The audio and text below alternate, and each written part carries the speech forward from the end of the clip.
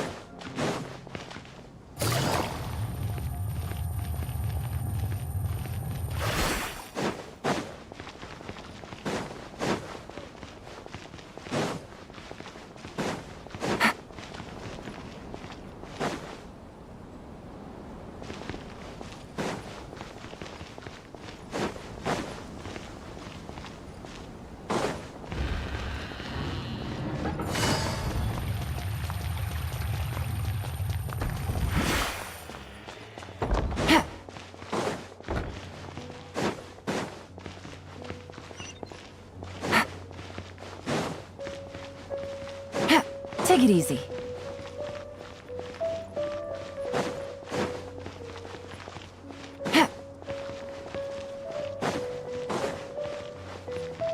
Take it easy.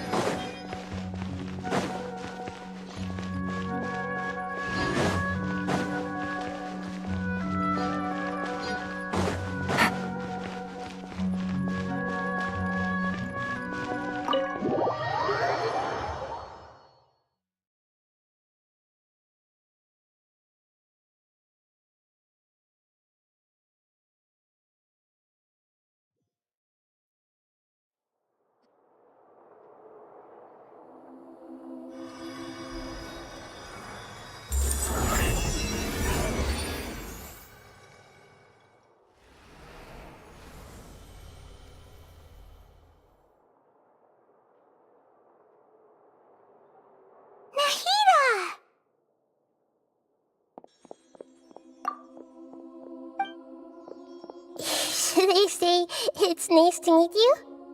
This is the first time we've met in real life.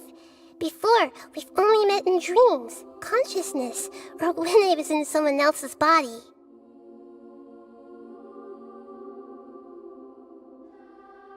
Thank you so much for coming to rescue me, but I also need to apologize.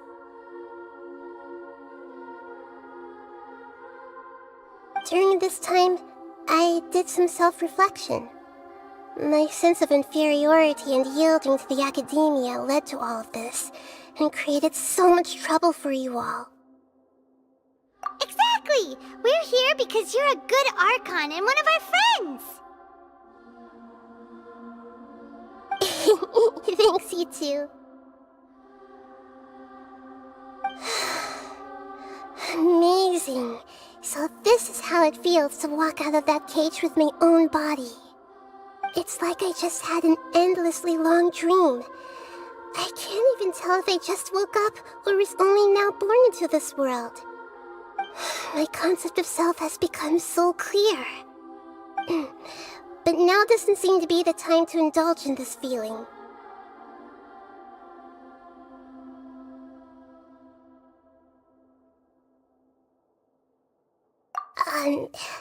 This is really embarrassing. You all just rescued an archon, and now she needs your help to save her country, and even the entire world. It's okay. With you here, Paimon's sure that everything will work out. There's one more thing. What is it? For all the things the Academia did to me, and for all the folly it committed in the name of wisdom, as their archon, I will make them pay. Ah! Wow! That's the spirit! You're finally standing up for yourself and not letting people walk all over you! I understand now. To be a better archon, I first need to better myself. If you haven't even figured out how to be a caterpillar, how can you be a butterfly? Yes, true. That reminds me. I wonder how far along the Academia is with their god creation plan. We need to hurry and prevent the birth of that false god. I need to make some preparations. Since I'm now free, I can establish a direct link to the Akasha and control it.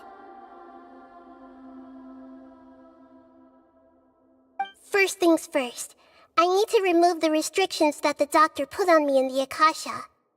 After that, I'll make some adjustments and revoke the sage's permissions. The Akasha will then be like how it originally was, only operable by the Archon. After all, the Academia betrayed Greater Lord Rukkhadevata's trust. This might take some time.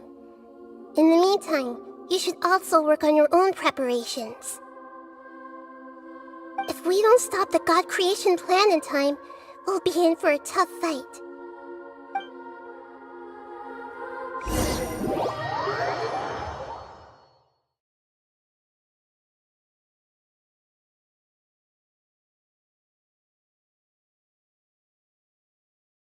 You might as well prepare for a fight. When we're done, we can take a walk around. After all, we missed out on a lot of stuff when we were locked up.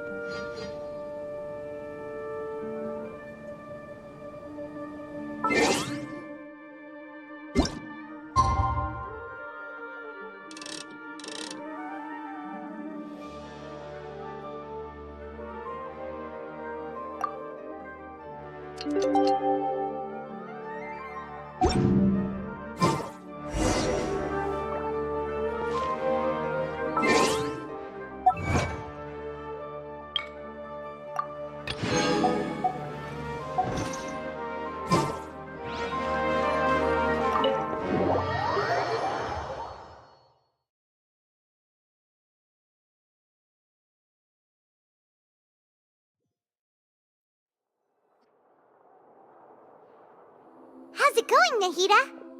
I'm done with the parts that needed my involvement to complete. Although it's my first time working with the Akasha like this, its internal structure and operation procedures are easy for me to understand. Greater Lord Rukkhadevata's design is truly brilliant. Oh, also, this is for you. Huh? What's this little floaty thingy?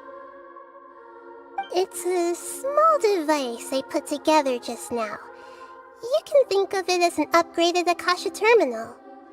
You may not need it right now, but it should be helpful in certain situations. Wait! This thing has the same characteristics as Paimon! We're both small things that float! Oh, all the things that make Paimon special got copied! When Paimon appears with the Traveler from now on, people won't remember Paimon because she isn't unique anymore! It's alright, Paimon. It can't replace you. It's only a flying device, but you're the Traveler's irreplaceable friend. You're so good at comforting people, Nahida. If only the Traveler was as smart as you. I was simply telling you what I feel to be the truth. I wasn't trying to comfort you. Nahida, you're natural at this. What you just said made Paimon even happier. By the way, there's something I need to confess. Even though I'm the Archon and in control of myself again, I'm not very good at fighting. You may have heard that an Archon's power is derived from their people's faith. However, I'm not as well loved as Greater Lord Rukkhadevata. If we get into a situation where combat is our only option, I'll have to count on you, and I'll do my best to provide support.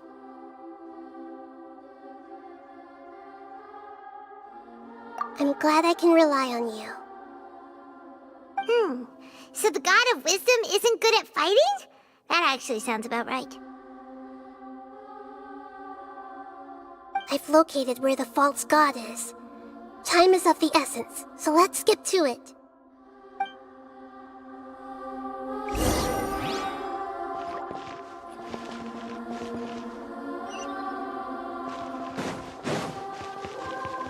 Take it easy.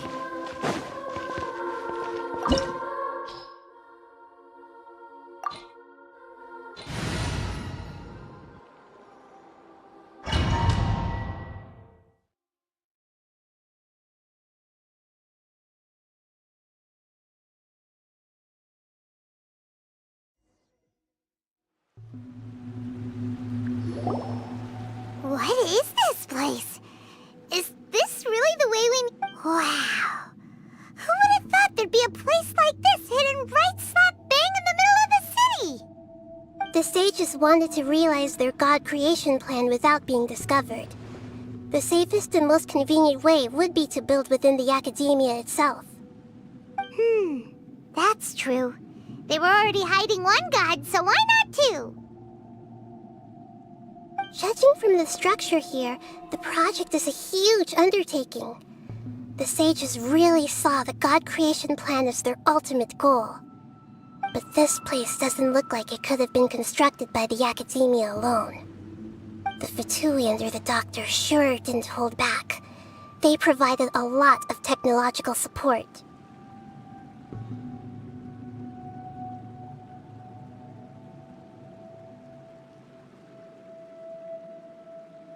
Yeah, or else they wouldn't have been that generous. Is that it, though? I've always felt that this doctor is different from the academia sages. He doesn't seem to share their sense of urgency. Instead of being interested in the end product, it's like he's enjoying the experimental process. The Fatui Harbingers are all such weirdos. So, the Doctor being weird is actually normal. So, this Fatui that they're trying to turn into a god is called the Balladeer? We had previously come into contact with his consciousness. He harbors particularly strong obsessions. One is the desire for a gnosis, since he was created to be the vessel for one. The other obsession is probably related to his past. I can't quite explain it. Paimon knows that he was a prototype puppet for the Raiden Shogun before he became a Fatui Harbinger. That's why he wants a gnosis so badly. There's no way he'd willingly be a test subject. Now with that temper and ego of his. It sounds like you know the Balladeer quite well. I see. Tell me more about him and what he's like.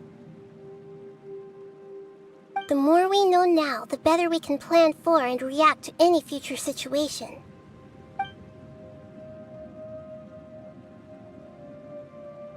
Ah, I see. How fascinating. Alright, time to go. Let's get through here and meet him in person.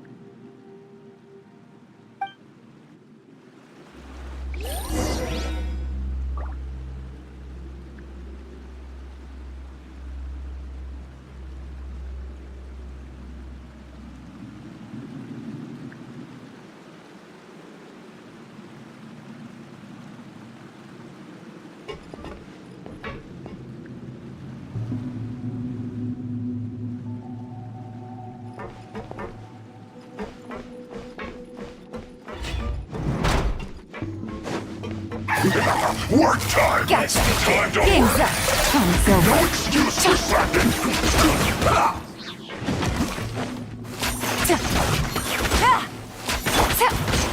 Not breaking a sweat! Let's light it up! Out of the frying pan, into the... Time to fulfill my duty! No slacking off! Teamwork is dreamwork! Ow! My work Blood of frost! Eye for an eye! It's bad. Things are about to get dicey.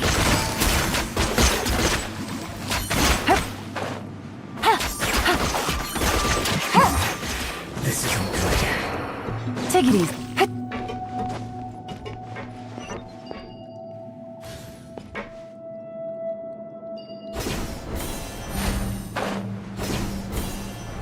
It looks like we can climb up these pipes.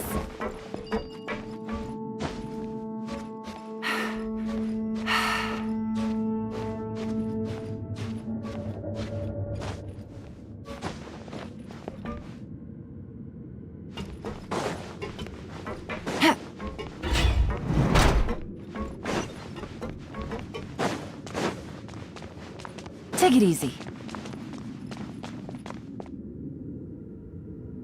The pattern on the ground seems all messed up. Let's go around and see if there's a way to fix it.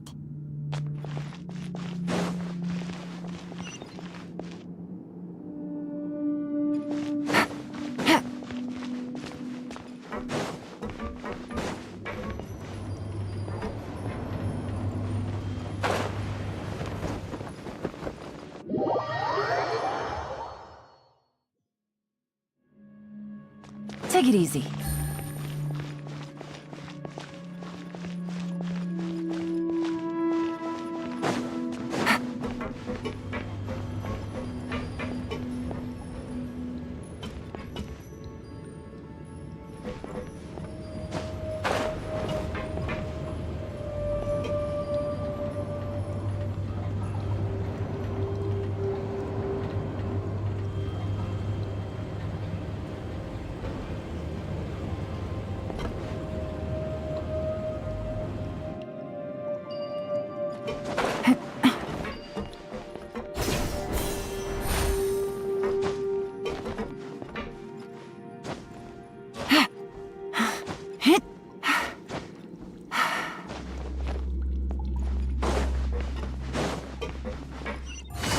Quietly now. No more words.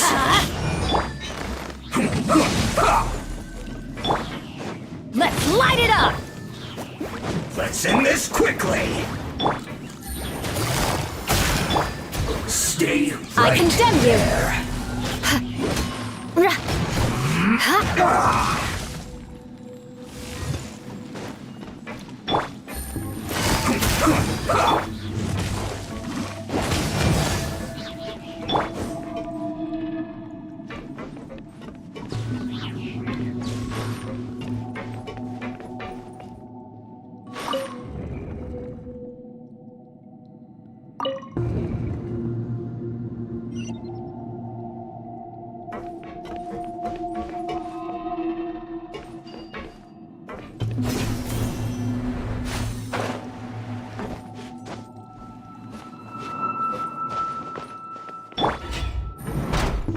Take it easy. frozen.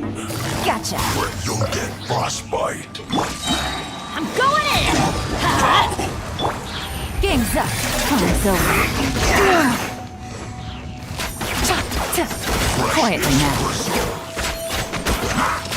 Frozen. Let's light it up!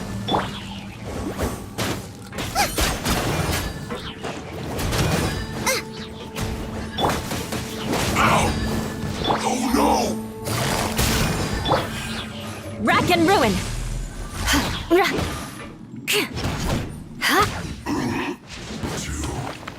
Pay your dues. Freeze to the core! Things are about to get dicey. Teamwork is dreamwork! Eat this! Gotcha! So soon. You can't run from death.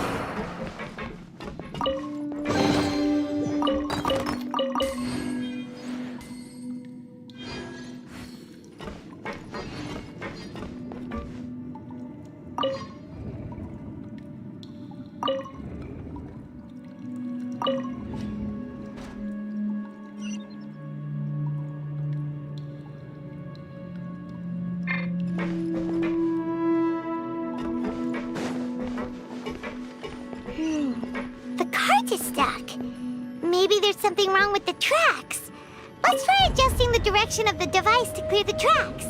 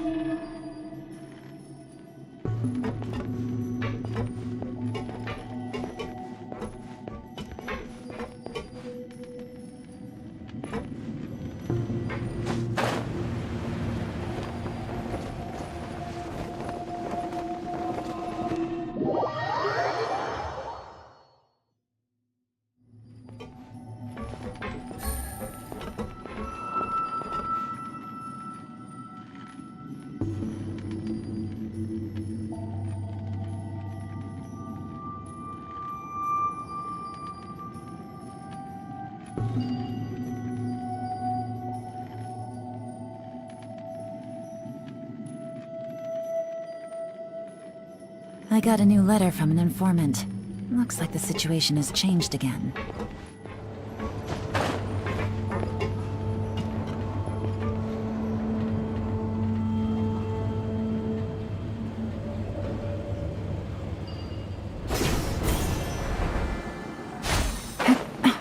I'll put you on. Have a load of this. Quietly now. Shouldn't get careless. Eye for an eye.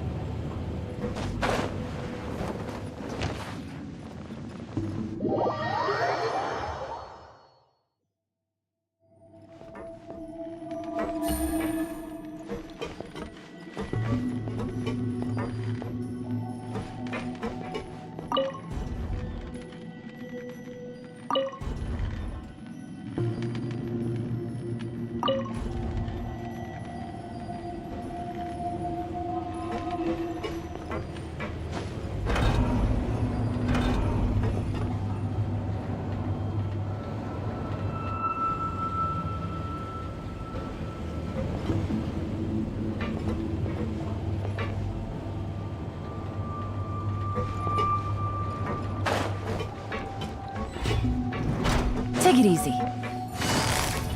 No Gotcha. problem. Use this. I condemn you! Yeah. Huh? Huh? Out of the frying pan, into the...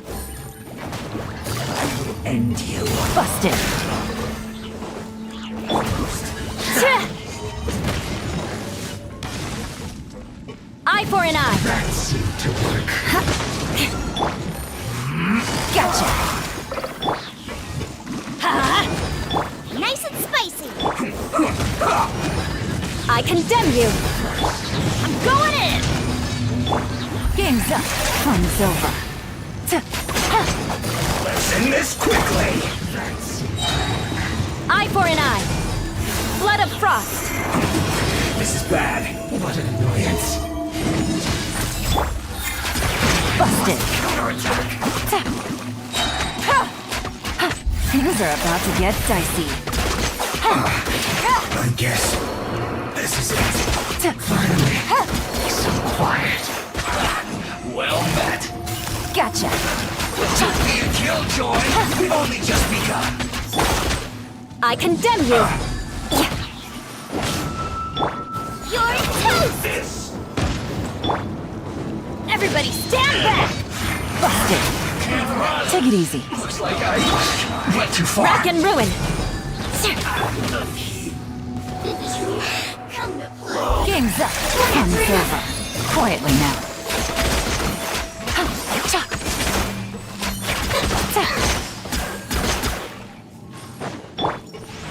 I condemn you!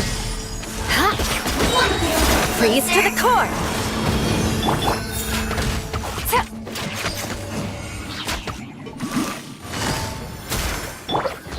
Let's light it up! Teamwork is dreamwork! Things are about to get dicey. Help me, please. Gotcha!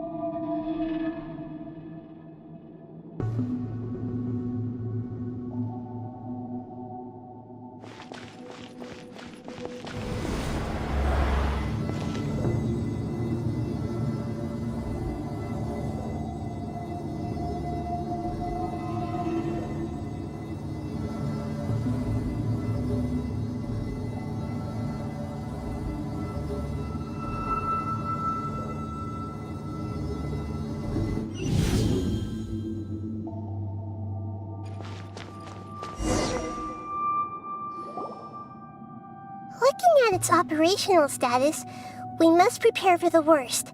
The god they wanted to create is likely close to completion or already completed. Oh no, what should we do? Paimon can't imagine how hard it would be to fight against a Fatui Harbinger with a Gnosis. Are you nervous, Paimon? If you really want to know, of course Paimon's nervous. Aren't you too, Nahida? Yes, I am. This is probably the first time I faced with a calamity of this degree since my birth. I feel not just nervous, but curious as well. Curious? Curious about what? Curious about our fate. To me, everything we perceive in this world Everything we learn and everything that happens to us is considered knowledge. And if it's a form of knowledge, then it can be understood. However, only fate is about that which has yet to occur, so it has always drawn my curiosity. So to me, fate is the ultimate knowledge. That's also why I love observing humans and all the things that happen to them. It all brings me great satisfaction. And now, at long last, I'm not just an observer anymore. I will personally experience my own fate with you by my side. Isn't this such a wonderfully exciting thing? Ah, so that's what you mean. Paimon thinks she understands what you're feeling. Agreed. Okay, let's continue on. I can sense his aura from here.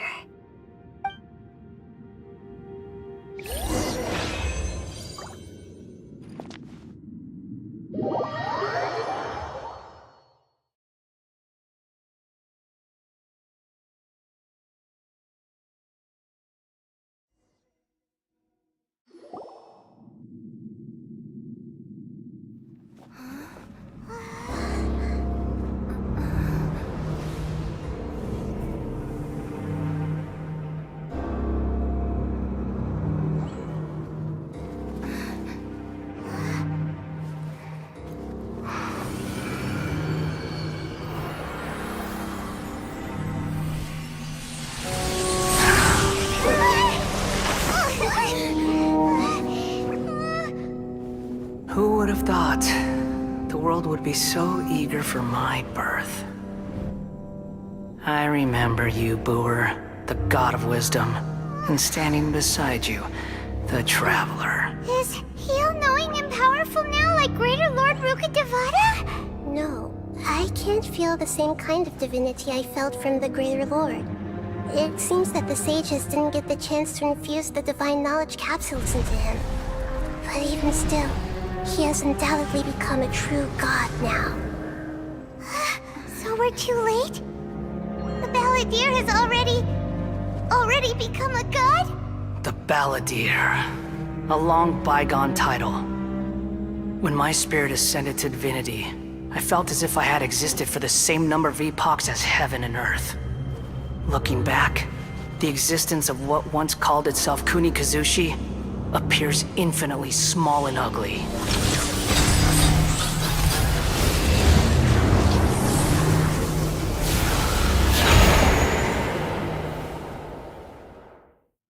This imposing aura, it really feels like the gods! A body that capitalizes on the Balladeer's original construction as a mechanical puppet, with the Gnosis serving as a constant power supply. How much effort and resources did the sages put into this? From a purely technological perspective, it's a commendable achievement indeed. It's no exaggeration to say, this is the culmination of human wisdom. You sure are something!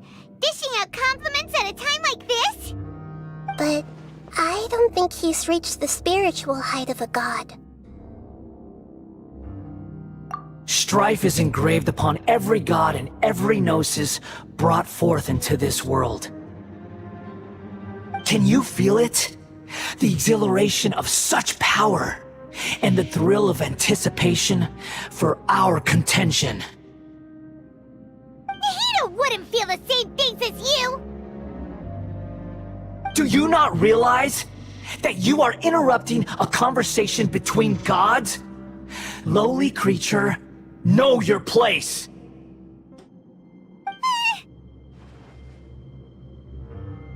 The strife engraved upon a gnosis.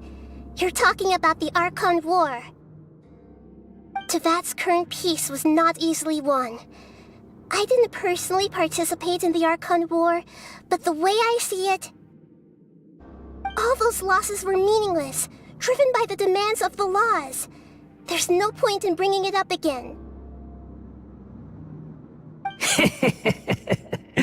Is that so? Yet I am deeply disappointed that I was never allowed the fortuity to personally participate in the Archon War. This is a first. Encountering a god in this world who does not crave power. No wonder your own people have abandoned you, God of Wisdom. Your judgment is as your existence, unsubstantial.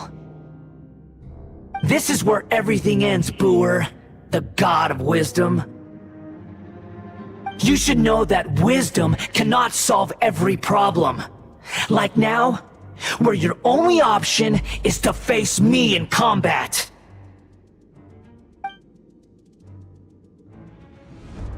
Come! Let us reenact a scene of the Archon War. Come and inaugurate my birth as a god.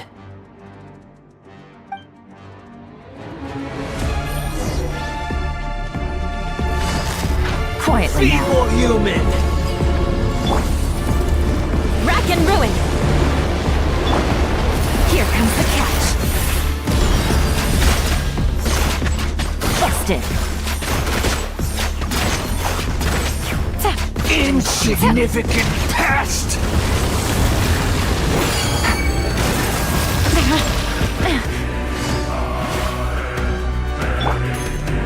Eye for an eye.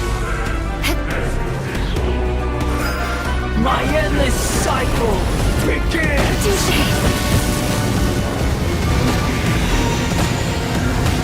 The odds are against.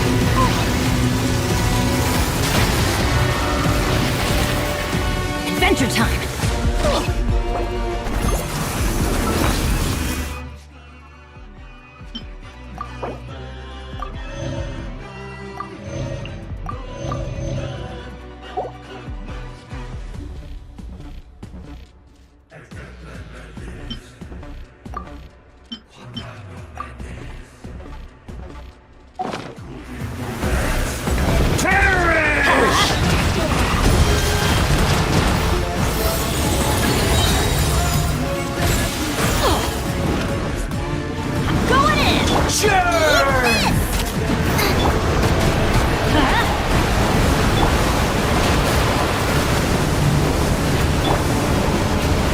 I condemn you!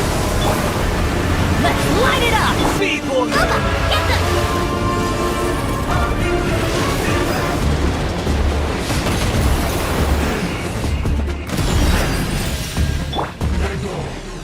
Rack and ruin!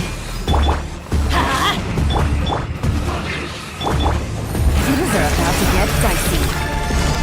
At my command, you shall fall!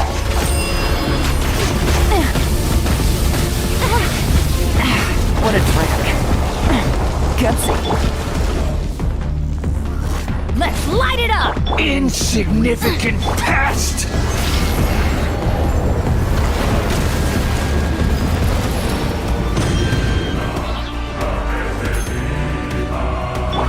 Teamwork is dreamwork! Feeble human! Off we go! More speed. Eye for an eye.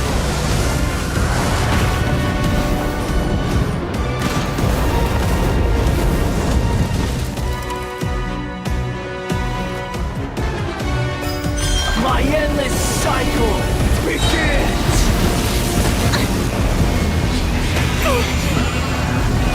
Good grief.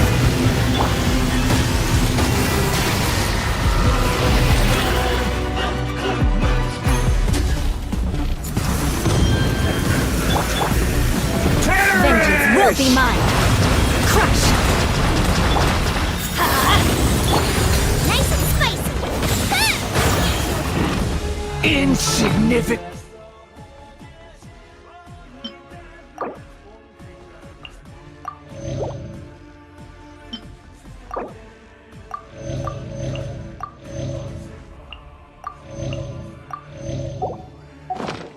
Pest! Take it easy. Gotcha. Take it easy. Let's light it up! Feeble human! Right, man, it's the fire!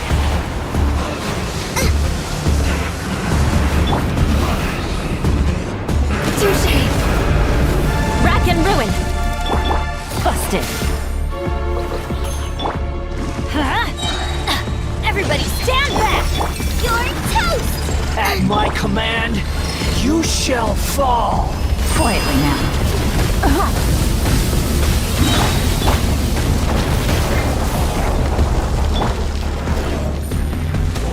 Here comes the catch. Insignificant pest! Gotcha.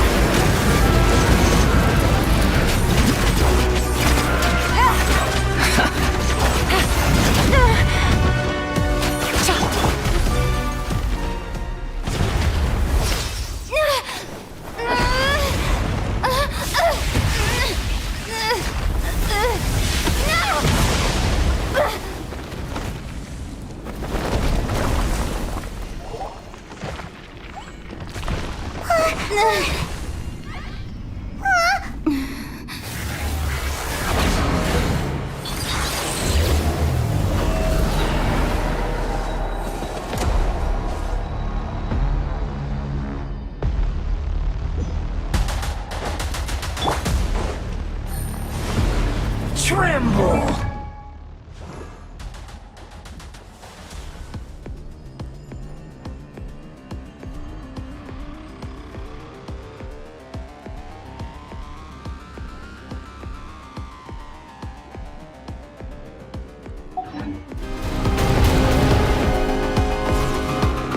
Take it easy.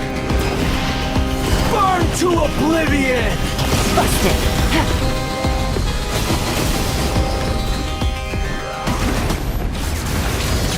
Kneel!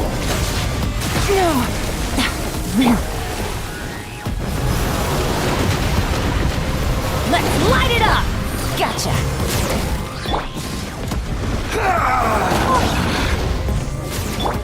Game's up. Time's over. What are the odds?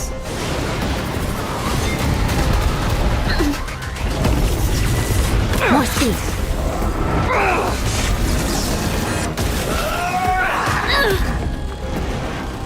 More speed.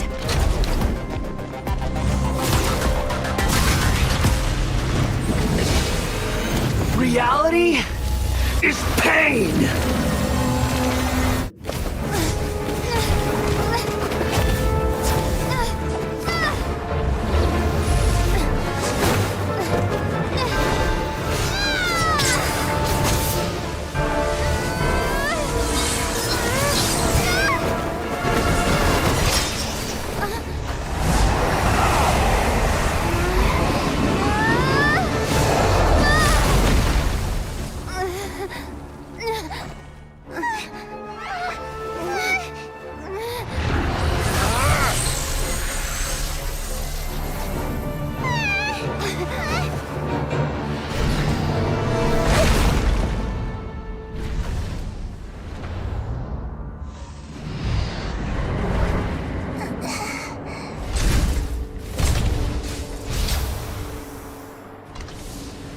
This is supposed to be a battle between gods, yet you choose to hide behind a mortal.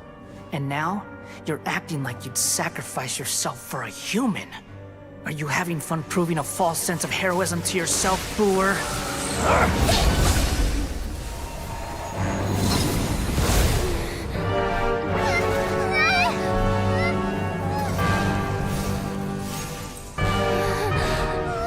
The data collection is almost complete.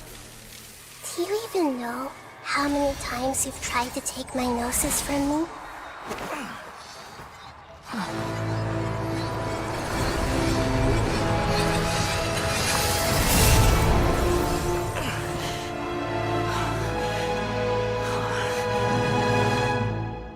We just concluded the 168th loop. Did you know that in the effort to create you, the people of Sumeru were forced to live through the exact same number of Sub-Zerus festivals and Samsara cycles? The power of dreams. When did you use it on me?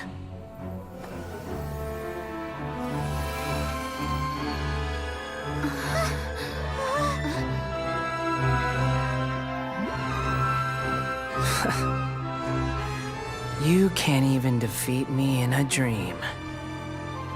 What do you hope to achieve with this little trick? Come, traveler. Just like before.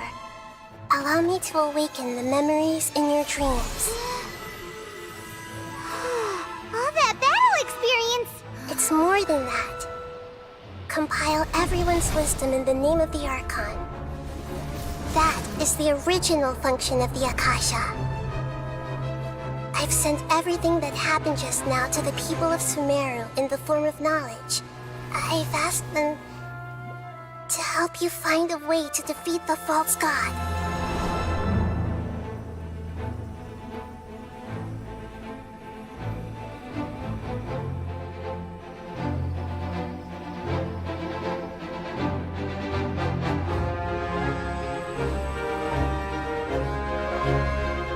Now, all of Sumeru's wisdom is at your disposal. Meaningless tricks won't save you.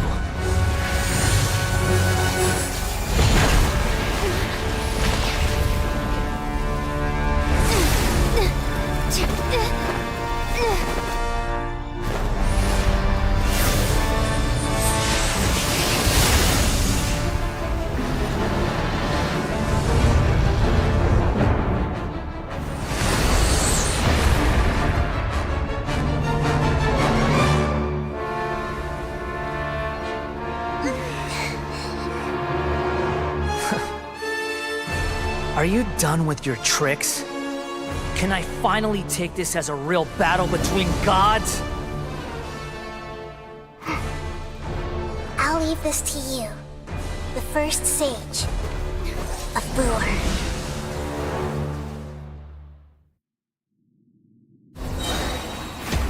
I am the all-knowing God!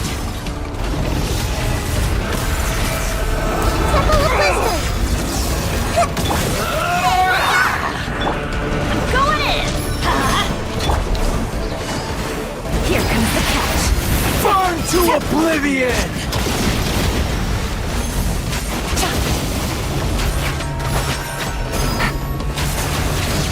Kneel! Boba, get them! Blood of frost.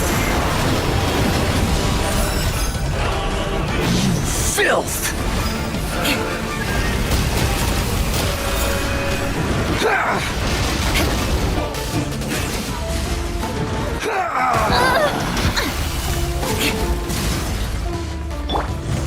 Let's light it up. Reality is pain!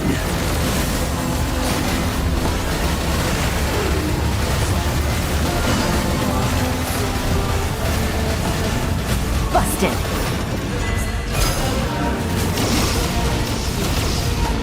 Good riddance, cruel world.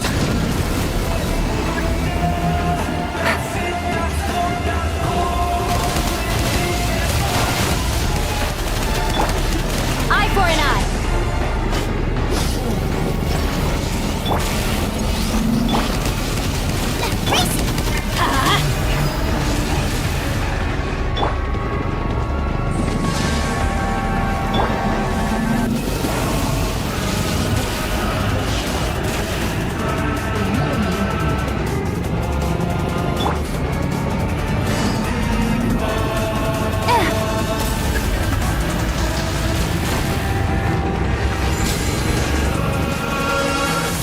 Your new god awakens! Now, your eyes have been opened. Let's light it up. I'm the right man. It's Quietly now. Kneel! Adventure time. Off we go. Take it easy.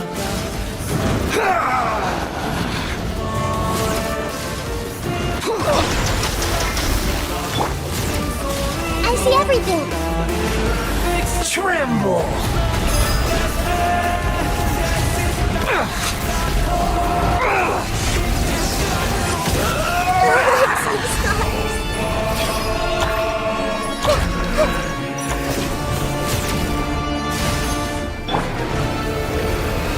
Reality is pain! Let's light it up! Gotcha!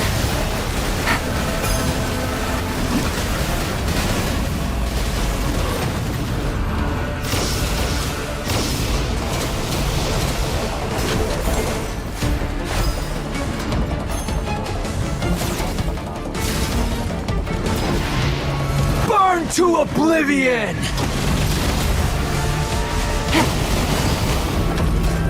Quietly now.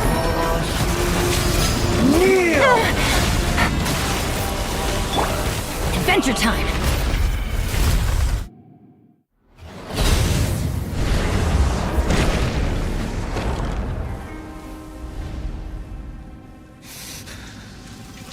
Humans. Filthy humans.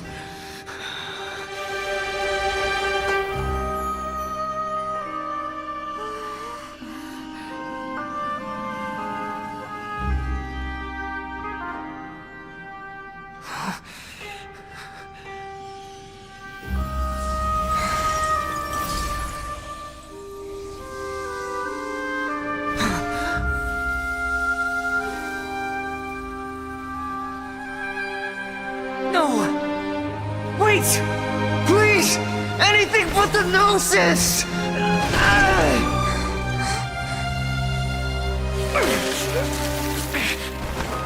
That's mine! Don't even try! I'll never go back!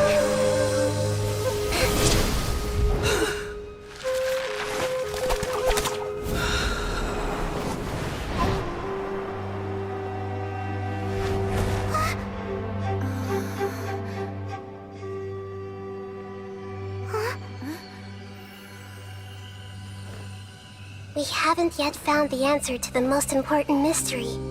Irminsul is still waiting to be saved. With the power of another Gnosis, we may now finally understand the last memory of Greater Lord Rukkhadevata.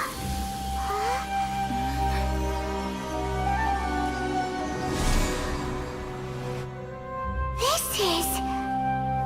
That's right. This is the last memory of my predecessor.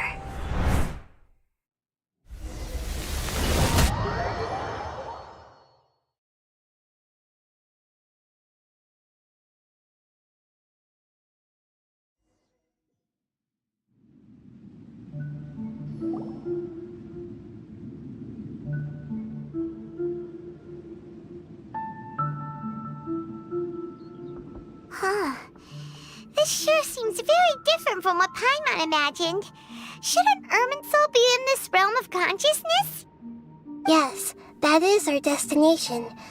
But I didn't expect the remaining consciousness of Greater Lord Rukkhadevata to be as polluted as this. Forbidden knowledge?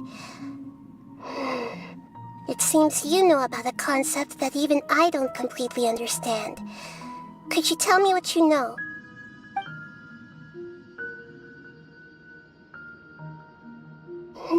Your inference seems logical enough.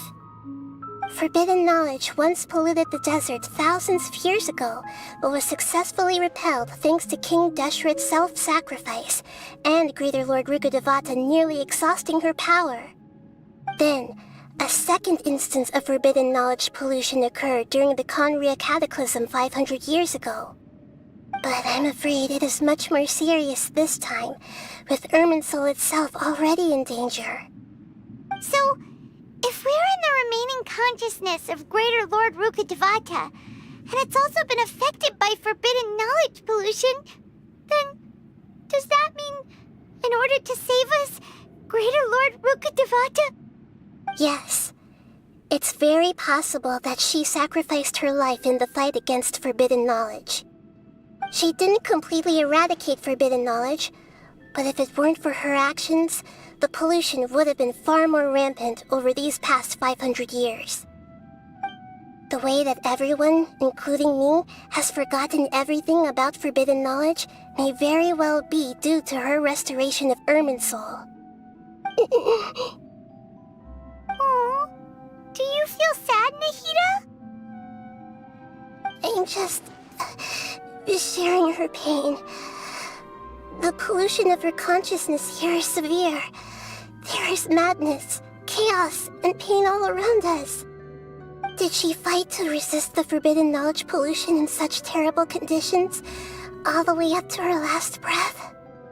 She even used her last remnant of lucid consciousness to leave a clue for us to follow.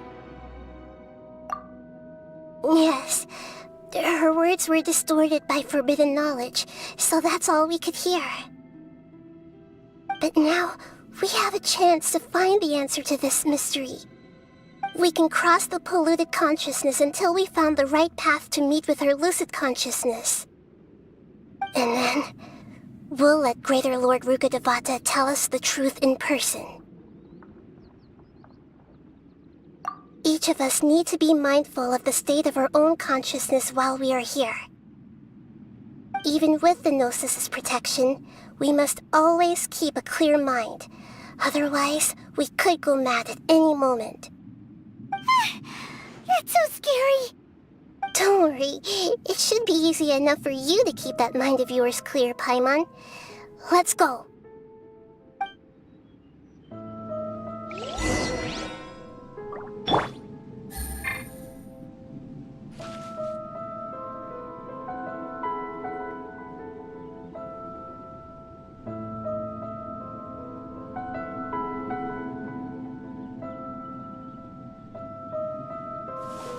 To choose from. Need me to come up with some for you?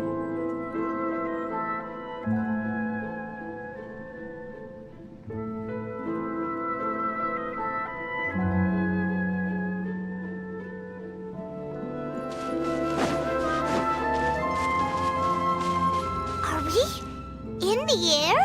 And why is there a huge boat? That's the boat of consciousness, which symbolizes reason here. Its course is the direction our consciousness is traveling towards. If we lose control over our consciousness, we will fall into madness. So let's make sure the boat stays on course.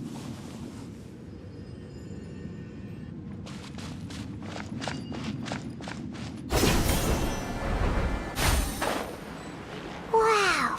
What are these? The monsters seem to have been affected by them. Rack and ruin! Game's up. Fun's over.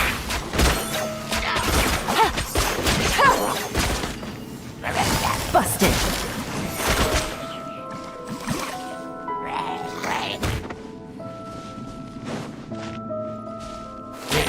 Take it easy.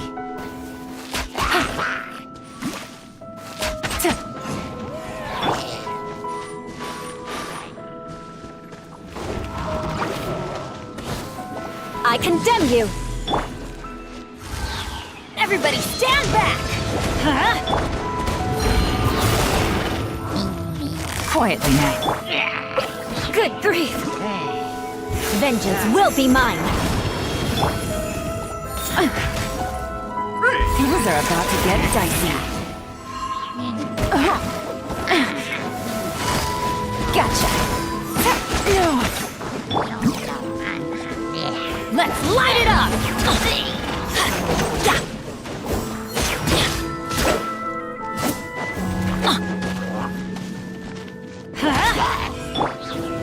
Eye for an eye!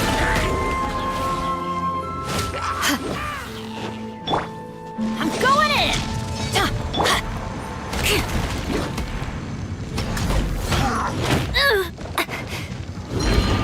Rack and ruin! Touché!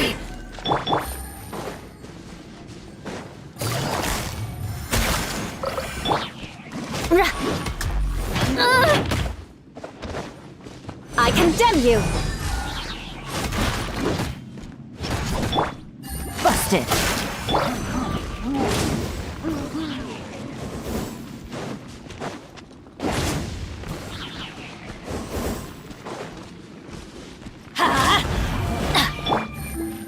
Gotcha!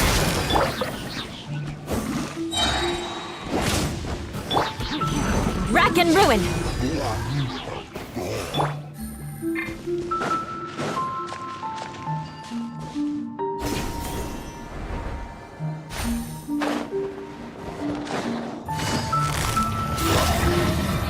Busted!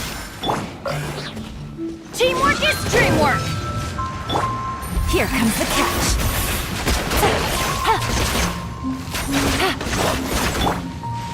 Flood of frost! I condemn you!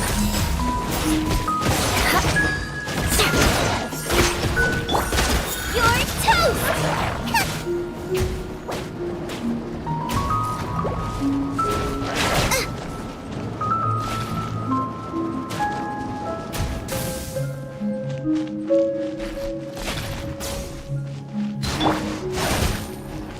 Gotcha! Huh?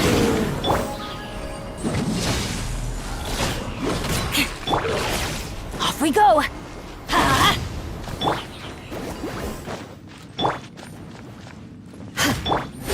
Quietly now. Let's light it up! Rack and ruin! Busted! Everybody stand back! Things are about to get dicey. Quietly now. Eye for an eye.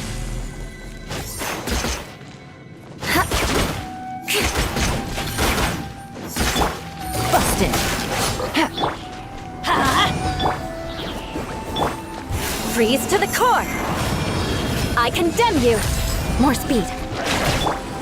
Adventure time! Quietly now.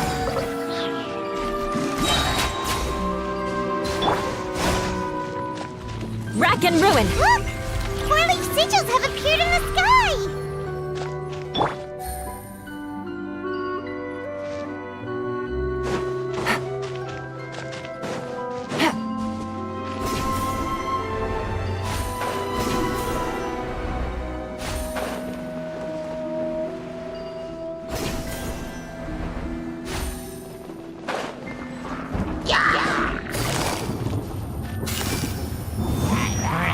Busted! Game's back! Time's over.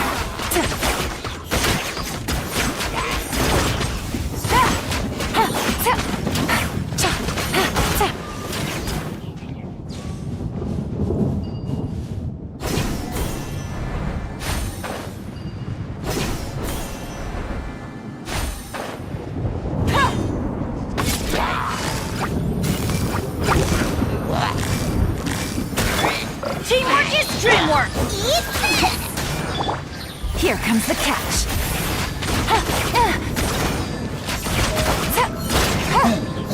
Gotcha.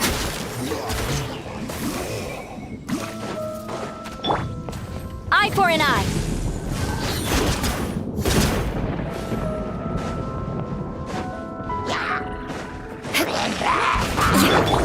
Quietly now.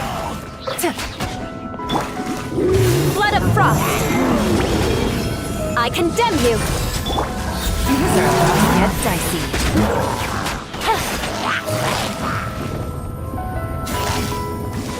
Gotcha. Everybody stand back. Take it easy.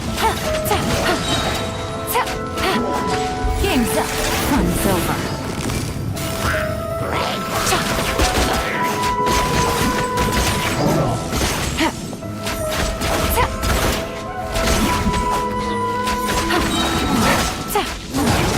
Quietly now.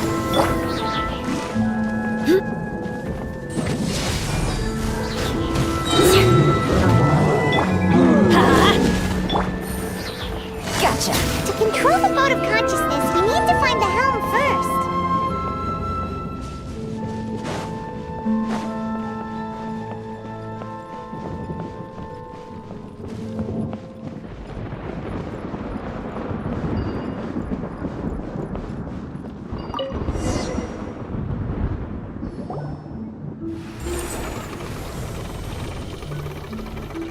We changed direction. Are we still going the right way, Nahida? Judging from the current route, the boat of consciousness will soon take us out of here.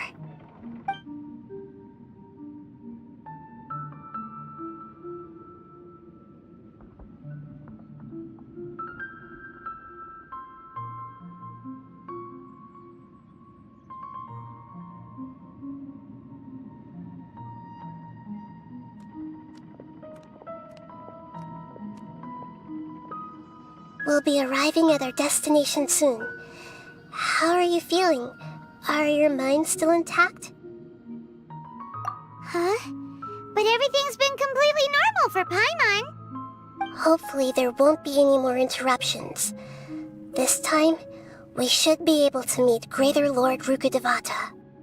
Are you saying you've never met Greater Lord Rukkhadevata before? No, it seems that my birth and her death took place at the same time. Otherwise, I think she would have given me a little more guidance, and I could have done a better job. Hey, you've done a great job, Nahida. Let's get out of this creepy place and go meet her.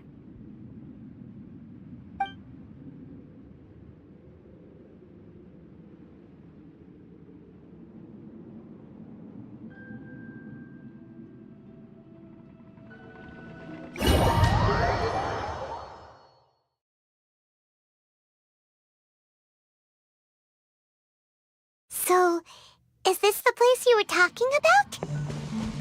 The base of Irminsul?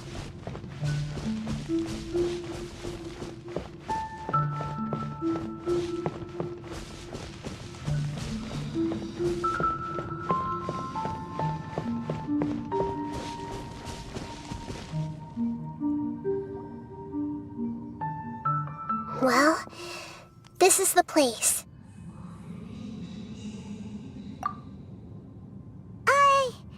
We're here to find Greater Lord Rukkhadevata, right? But the one standing over there is... Is that me? She looks exactly like me. Are you Greater Lord Rukkhadevata? Yes, that's me. Are you surprised by my appearance? Irminsul and the surrounding lands have been reproduced here as they were years ago. But this is just a realm of consciousness. We are manifestations of the same nature, hence why we would appear exactly the same. We're of the same nature. Why? Because you are me, and I am you. You are me in the new samsara. The new samsara? As Greater Lord Rukkhadevata, I'm the avatar of Irminsul, and you are the purest branch snapped from Irminsul. Imagine it this way. Even if a tree dies, its branches will eventually take root and grow, continuing the tree's life in another form. I'm merely the remaining consciousness of Greater Lord Rukkhadevata. The real me has presumably died a long time ago.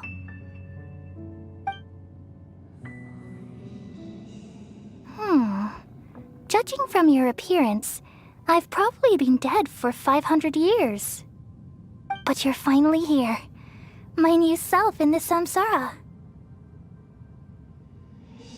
If this is true, then am I going to be a great archon like you someday? Though we share the same nature, our fates are bound to be different. All things have their own fate. When a branch grows into a mature tree, it won't be the same as the original tree. That's why fate is the ultimate knowledge, isn't it? That's a great insight. Yes, very good. It's also precisely why you won't become like me. Really? But perhaps you may become an even greater archon than I. I already see a determination in you that I didn't possess in my time, and the future that it leads you to will be yours alone. Along with the blessings from your past experiences. Don't worry. The growth of wisdom is like that of a plant. You only need to wait quietly for the flower to bloom. Come to think of it, the sages never had the faintest inkling of the meaning of wisdom. Thank you.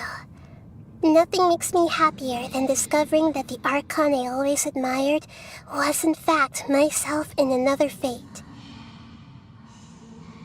It's so nice to speak with you, Greater Lord Rukkhadevata. I've always wanted to meet you.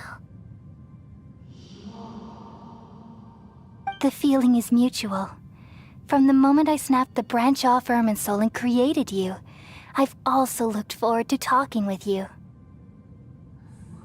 Could you tell me why you wanted to create me? And what exactly happened when you died? Ah, I see. You're here seeking answers, right? Everything that day, even the sky itself, changed into a color like this. At that time, the seven were all summoned to the nation of Conria. Except for me. I had a more important task to attend to. I had to protect Irminsul. The disaster occurred together with the pollution of forbidden knowledge. At that very moment, with my consciousness connected to Irminsul, I sensed something was wrong. The pain started to torment my mind. By the time I reached Irminsul, it was already displaying signs of corruption. Had I not repelled the pollution of forbidden knowledge with King Deshret thousands of years ago, I might have felt even more hopeless and lost. So what exactly is forbidden knowledge? It's a kind of knowledge that doesn't belong to this world, and a form of truth that can't be understood. It came from the very bottom of the abyss. Even I could never understand it. The world is constantly rejecting it, leading to all kinds of bad phenomena. If we allow forbidden knowledge to pollute Irminsul, I'm afraid the entirety of Teyvat could fall apart. So, there's knowledge that even the God of Wisdom can't understand? At that time, I knew I couldn't repel the forbidden knowledge with my strength alone. Which is why I created a device that compiled human wisdom and named it the Akasha. It's truly the world's most amazing invention. Thank you. For a long time, I thought dreams were the fruit of human wisdom. Though it was selfish to do so, I borrowed people's dreams using the Akasha. Then I compiled their wisdom and all of my own power. Well, did it work? Thanks to the wisdom of the people of Sumeru, almost all the forbidden knowledge was cleared from Irminsul. But things didn't go as smoothly as I thought. I had a terrible headache, which gave me an uneasy feeling. And then I remembered that my consciousness was also connected with Irminsul. It brought me knowledge and wisdom, but vile corruption as well. From the very beginning, my existence had been polluted by the forbidden knowledge. Oh no. How could that happen? I've experienced that pain in your consciousness. It must have been a horrible experience. Yes, but my feelings weren't important. The important thing was that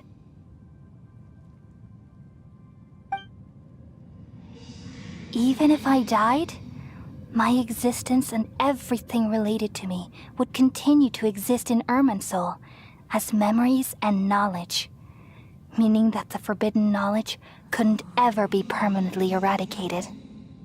And there's no way for me to eliminate myself. It would be a sort of paradox. So, I took the purest branch of Irminsul as my incarnation in the next samsara, and left a trail of clues, all in hopes that you would come here and remove me and my pollution from Irminsul forever. Wait, no, I can't. So you realize what that implies. You are very smart indeed. Irminsul has all the knowledge and memories of this world. And as you've realized just now, Removing me from Irminsul means I essentially will never have existed in this world. But this is the only way to save Irminsul. People love you so much, and they've missed you so much over the past 500 years. I am exactly the same. So how can we just forget you like this? Is there really no other way? There must be something else I can do. You're the god of wisdom, Boer. You should know that there is no other way. But this is so cruel. I don't want to forget you. No need to feel so sad, Boer. As someone who delights in wisdom, you should feel joy at finally finding the answer. These are the words in their entirety. The answer you've been seeking all along. Let the world completely forget me.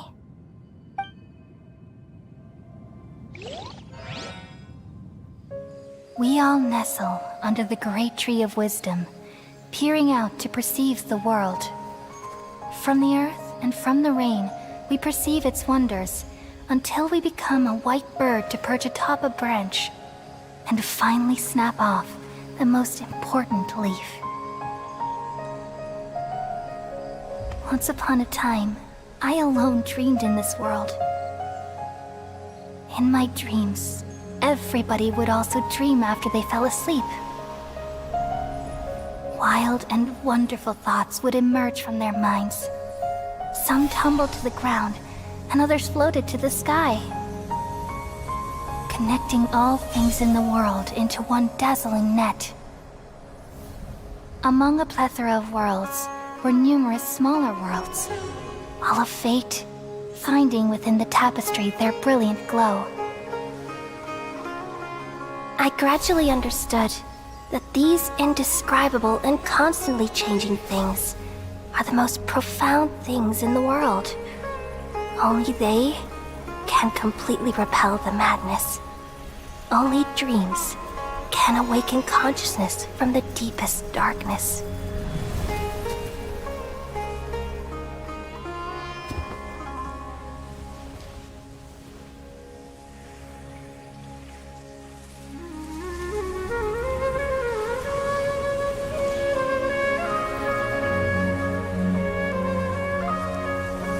I'm the one who posed this question, yet also the one who sought a solution. Saving the world with the dreams of the people used to be my answer. And now, you've also found your own answer, and I shall return all the dreams to the people.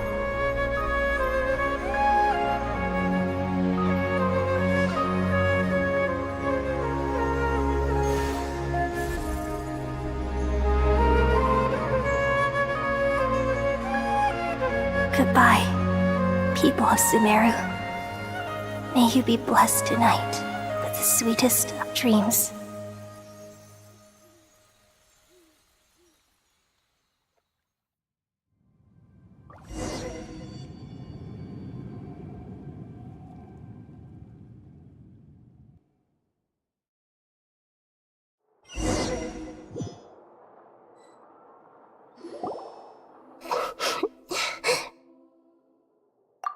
I'm alright.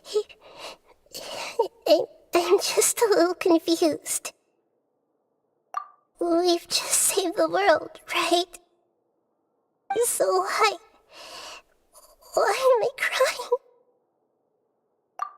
I don't know where this feeling inside of me is coming from, but I feel very sad. Just now, we used the power of two gnosis to successfully connect with the Irminsul consciousness from 500 years ago. Then, we removed the remaining pollution from Irminsul.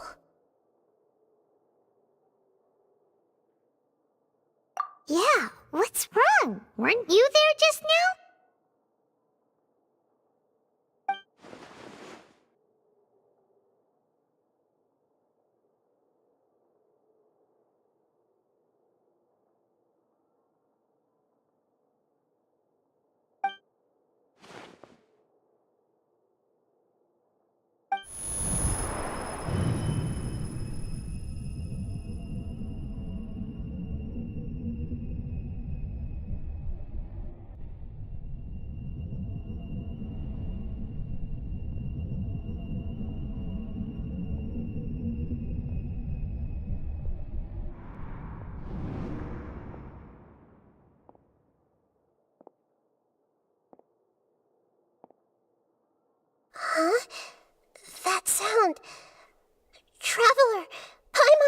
I've been waiting here far too long.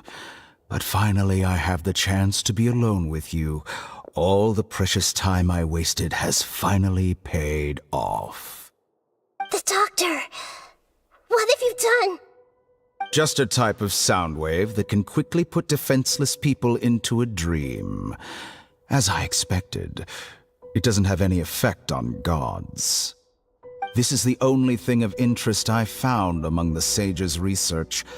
I thought I'd take it for a little spin. Don't worry. I know you would never forgive me if I actually killed them. I'm here to negotiate with you. Naturally, I won't do anything dangerous that could potentially damage our relationship. Negotiate with me? I heard you had already left Sumeru. Why are you here again now? I left Sumeru, but I also stayed in Sumeru. Even the God of Wisdom is restricted by the habits of cognition. How disappointing. You mean there are many different versions of you in this world? An astute guess. Even the same individual will have different cognitions at different ages. A long time ago, I made a major decision in hopes of preserving all my perspectives of how I observed the world. Observation is the first step of any experiment, but observing the current world doesn't satisfy me. It lacks an important dimension, that of time. So I saved segments of all my ages and made them into independent individuals. That's all there is to it. Indulge me. How does the God of Wisdom find my method of seeking knowledge? It's an insult to the very concept of life. Life inherently has many rules and restrictions, each with its own significance and reason to exist. They can't be broken on a whim. Good. Amazing, even. Indeed, it's difficult for humans to make peace with themselves, not to mention oneself from a different period. Since you were in the academia, why wait until now to show up? You could very well have stopped us and helped that fake god. Simple. Let me ask you this. Would any staff member ever help the subject in the middle of an experiment? It was my experiment. So why should I interfere with the results? The academia saw the plan to create a god as their ultimate goal, yet you only saw it as an ordinary experiment. You really are crazy. If the experiment succeeded, you would have had a new god on your hands. How would you have faced your own god then? Would you still take the same stance? Would you still hold the same view of yourself? I'm first and foremost a scholar. These results should be left to the judgment of the hypothetical me confronted with that outcome. But you're right. And that's exactly why I'm disappointed with the conclusion of this experiment. As an individual, you don't have any sense of belonging. You seem to have even fewer convictions than a typical scholar. Oh no, I certainly have my own convictions. They just don't fit your standards, that's all. All right, that's enough conversation for today. The experiment is over, and it's time to tidy up the equipment and reclaim any useful materials.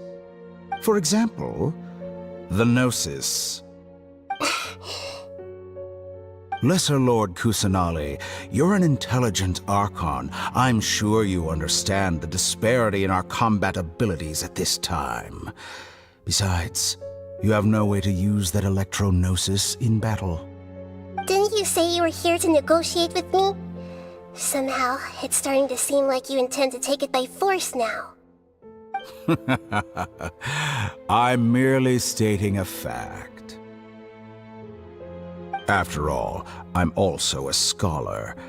Naturally, I hope to show proper respect and dignity to the God of Wisdom. Your hypocrisy is built on absolute confidence. I understand your scheme, but... what if I were to destroy the Gnosis now, and awaken the heavenly principles. Awaken the heavenly principles? Do you think that's really possible? The heavenly principles have been silent for many years, but the Gnosis are symbols of their control over Tevat and all the laws. Will the destruction of a Gnosis attract the attention of the heavenly principles? And if so, how do the Fatui plan to deal with the consequences? Do you dare to gamble such a possibility with me? Gamble? How surprising. I thought you would show evidence or use rigorous reasoning to prove your point. The word gamble is the last thing I expected to hear from the god of wisdom. But this is a clever move. You must have seen through me when I first captured your consciousness. As a scholar, I respect all possibilities. This has always been my principle and is an essential trait as an experimenter. Indeed, I can't ignore this possibility. So tell me then, what are your conditions? This foreign Gnosis will only lead to disaster if it stays in Sumeru. But this Electro-Gnosis is the prize I obtained after defeating one of your fellow Harbingers. Now, as the one who initiated this cascade of events, shouldn't you pay the corresponding price? Price? Interesting. What price would you have me pay? How about erasing all your other segments?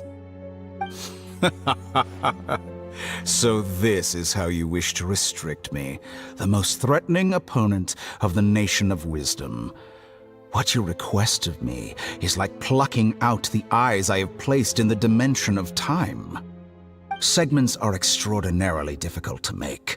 They require extremely rare resources and enormous amounts of time and effort, requiring me to destroy them all here and now. Bravo. A suitably wise decision on your part. Yes, how very interesting. Can I assume that you have long been wary of me? Among all the versions of me, this segment you see now is the most selfish. If it weren't me, your idea wouldn't have worked. What did you see when you were imprisoned? You were observing me, and that's how you know I've long grown tired of their doubts and endless arguments. Like you said, it's difficult to make peace with yourself. Being as smart as you are, have you managed to do that? I see. If you think all those versions of me are worth a gnosis, then deal. You sure didn't hesitate much. Is the relationship between all the versions of you really that bad? I don't think there's any need to dwell on that. The surplus versions of me can be exchanged for a gnosis. Do you think anyone can offer themselves at a higher price? Besides, with my abilities, it's only a matter of time until I find better perspectives. Perhaps it's best to say, you're just temporarily ahead. But what I'd like to know is, how can you be sure that I've really erased them? I can see your remaining honesty.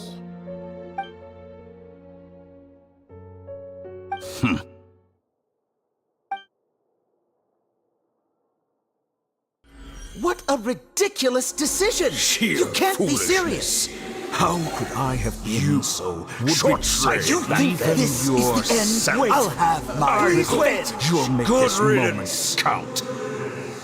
You will regret this! Well, have you confirmed that it's complete? Here, take it. The future of Sumeru City will be in my hands alone. I will shut down the Akasha and let curiosity and the thirst for knowledge drive the realm of academics once again. There won't be any further gaps for you to exploit. It truly pains me that my academic achievements have never been appreciated in my homeland. Of course, I have no interest in being rejected by this city for a third time. Another chess piece. And where is your dendronosis? Don't be greedy, Harbinger of Snezhnaya.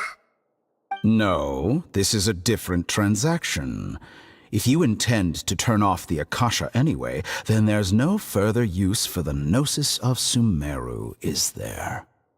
Besides, isn't it the Archon's duty to deliver what's desired of the Seeker? Oh, judging from your expression, you don't seem to find the idea very agreeable. Then let's think of it this way.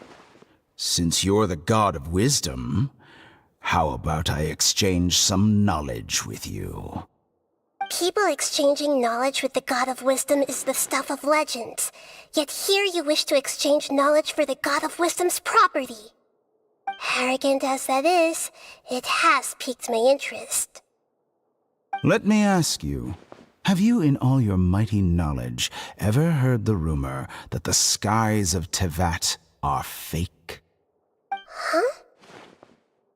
That's the secret hidden by Irminsul concerning the truth of this world. Once I finish telling you about this, it will be time for me to say goodbye. With negotiations, we've all gotten what we wanted. I'm very glad I got to meet you like this. Your arrogance may know no bounds, and convictions may mean nothing to you. But I'll still listen to what you have to say.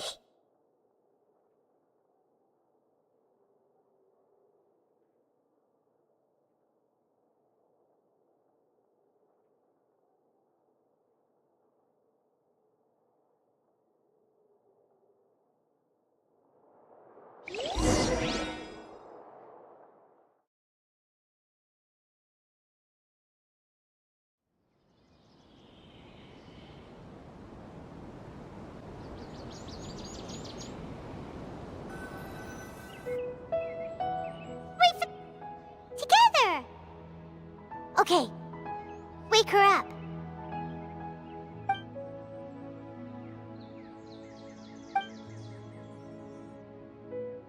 Are you awake? Kali says it's time for breakfast. Come on, get up! Good morning! How are you feeling today? Good to hear. It looks like we've recovered pretty well. Not even Tainari could stop us from going out now, right?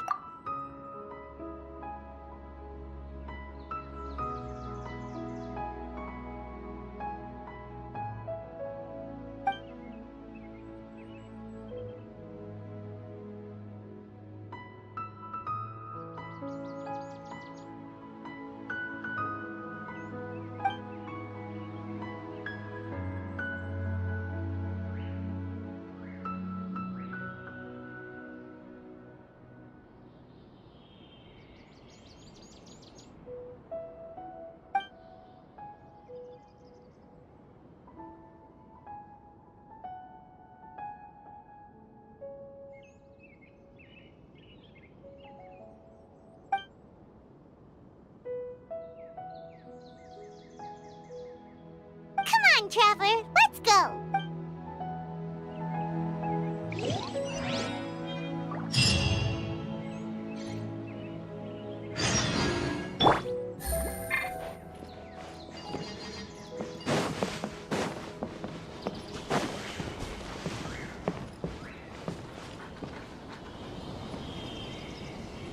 Good morning. Looks like you're awake. Yep. I prepared some breakfast today. Please have a taste. I hope you'll like it. It's nice to have you here so we can eat something yummy. Well, now that I've recovered from Elazar, I'm feeling better than ever. I can even prepare 4 or 5 meals a day now. And Paimon bets they're all delicious.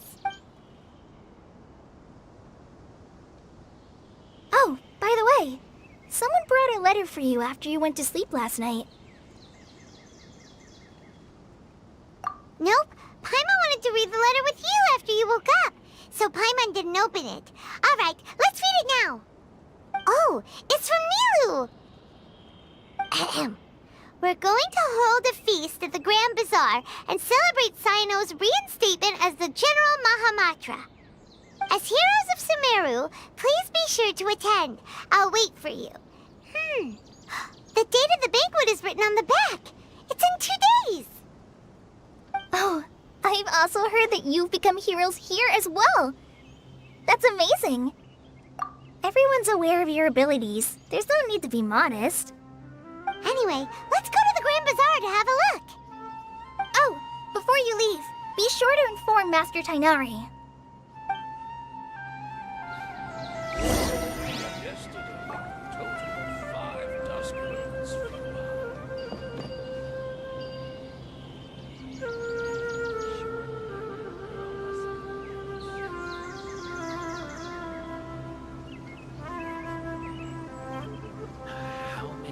Shabbat mushrooms do I need to sell before I can finally buy a property in town?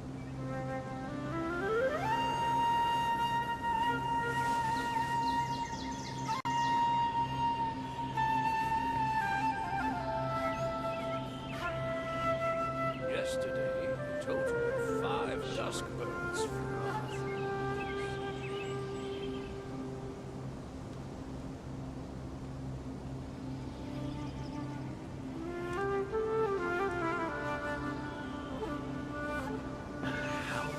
Shabbat mushrooms do I need to sell before I can finally buy a property in town?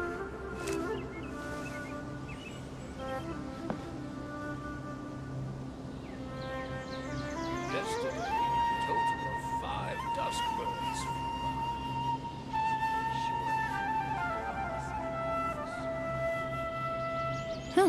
Good roll.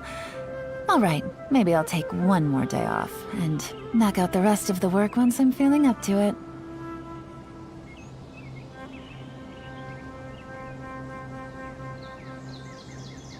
How many Shabbat mushrooms do I need to sell before I can finally buy a property in town? 5 dusk birds.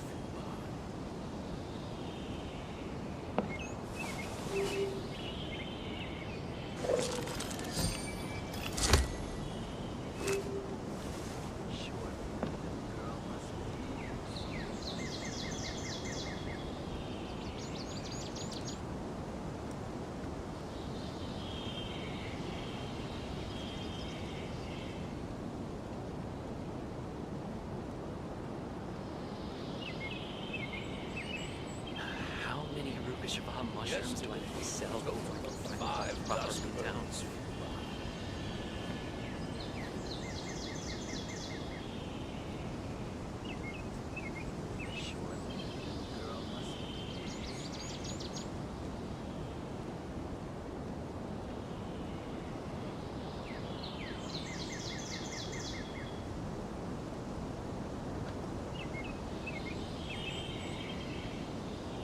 I got a new letter from an informant. Looks like the situation has changed again. Shabbat mushrooms do I need to sell before I can buy a property in town?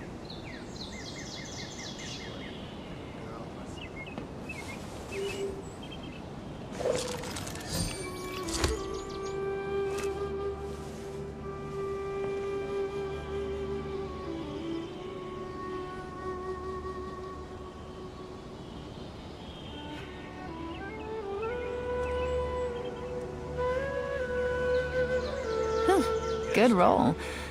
All right, maybe I'll take one more day off and knock out the rest of the work once I'm feeling up to it. I can buy a property in town.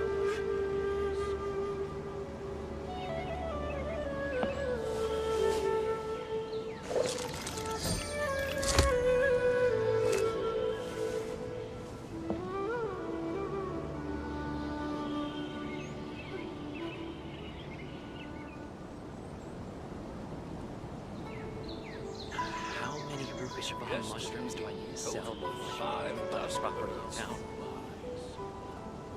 I got a new letter from an informant. Looks like the situation has changed again.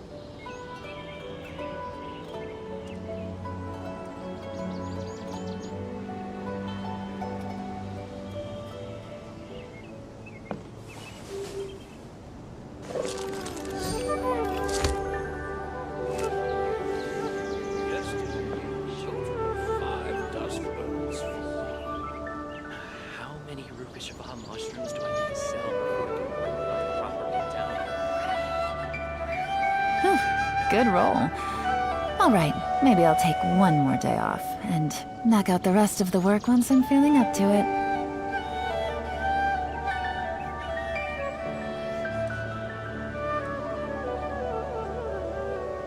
Yesterday, a total of 5 dusk birds.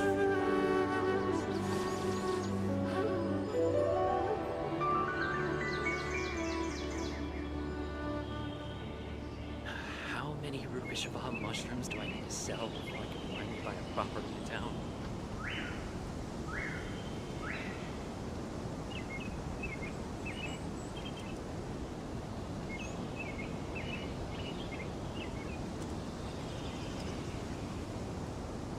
Navigating the world is a whole lot easier with a few different identities to choose from. Need me to come up with some for you?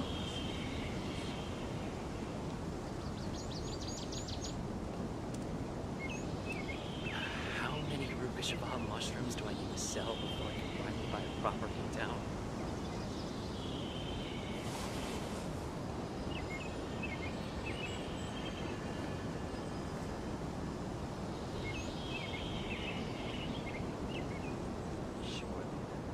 Yesterday, a total of 5 dusk birds.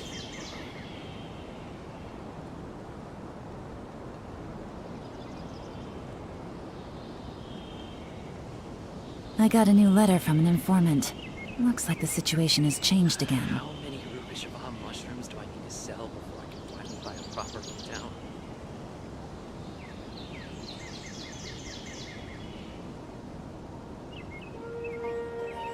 Yesterday, a total of 5 dusk birds.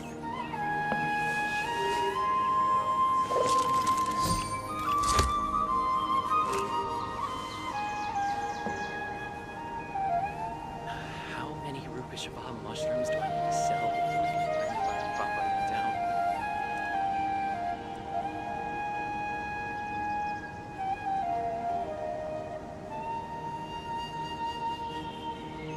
Navigating the world is a whole lot easier with a few different identities to choose from.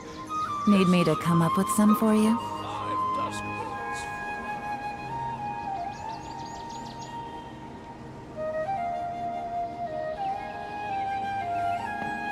How many Rukashava mushrooms do I need to sell before I can finally buy a property in town?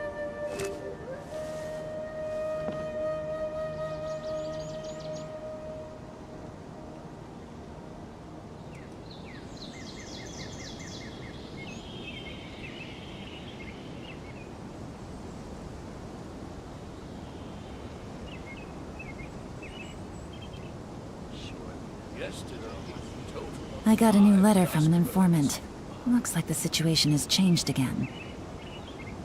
How many Rukashava mushrooms do I need to sell before I can finally buy a property in town?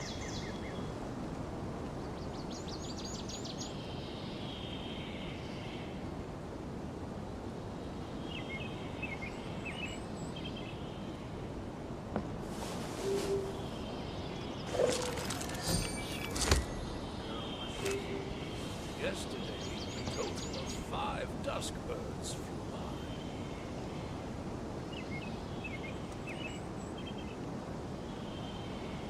How many Rukashava mushrooms do I need to sell before I can finally buy a property in town?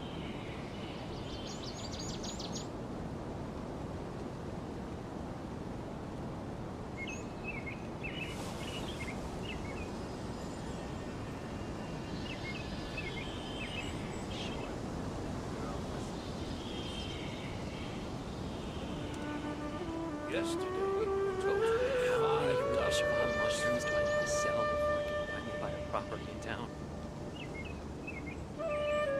Navigating the world is a whole lot easier with a few different identities to choose from.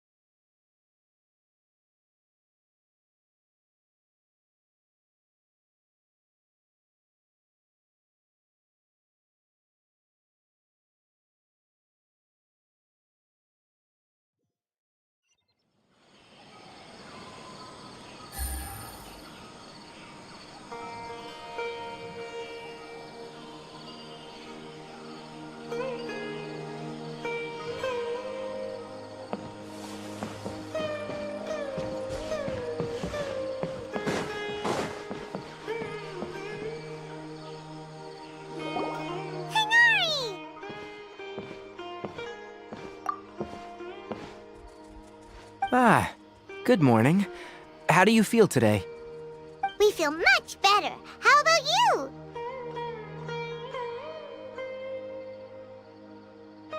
I'm recovering well, thanks for asking. But from the looks of it, you seem to be already busy with work again. It's fine. I'm not that busy, really. The Elazar patients have recovered, as well as Hypatia. For now, I only need to tend to my Forest Watcher duties. It seems once Irminsul started getting better, everything else started to recover too. Yes, but there are still some residual effects. The withering is one example.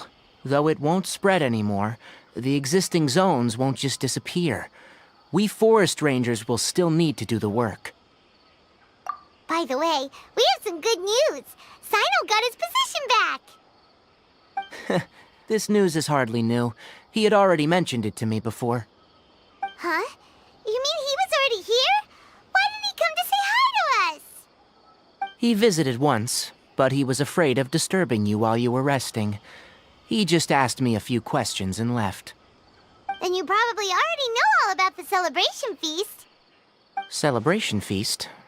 No, I haven't heard anything about that. Huh? But didn't Nilu say in her letter that they would celebrate Sino? He didn't tell you? Perhaps. Or, alternatively, he doesn't know about it either. Come to think of it, Sino doesn't seem like the type who'd enjoy a celebration feast.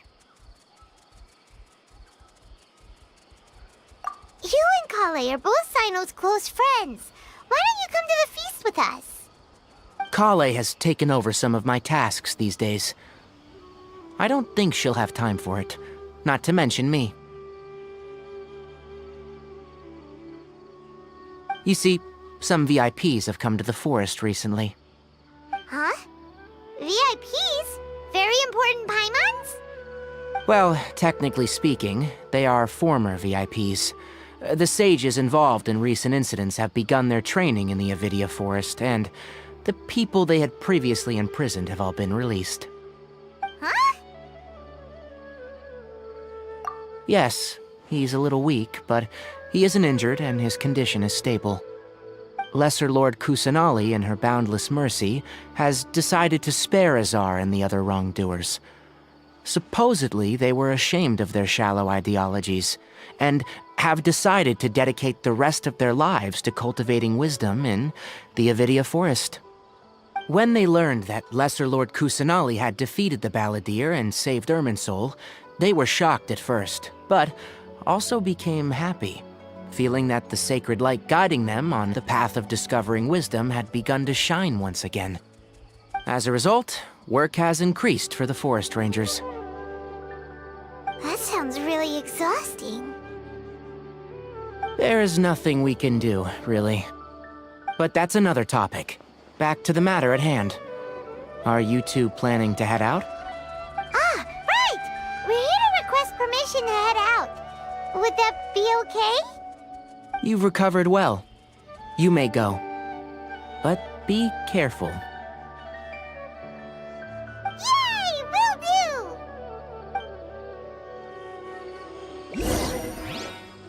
The rainforest is the best place to live. For the next interview, I think I'll start with these questions.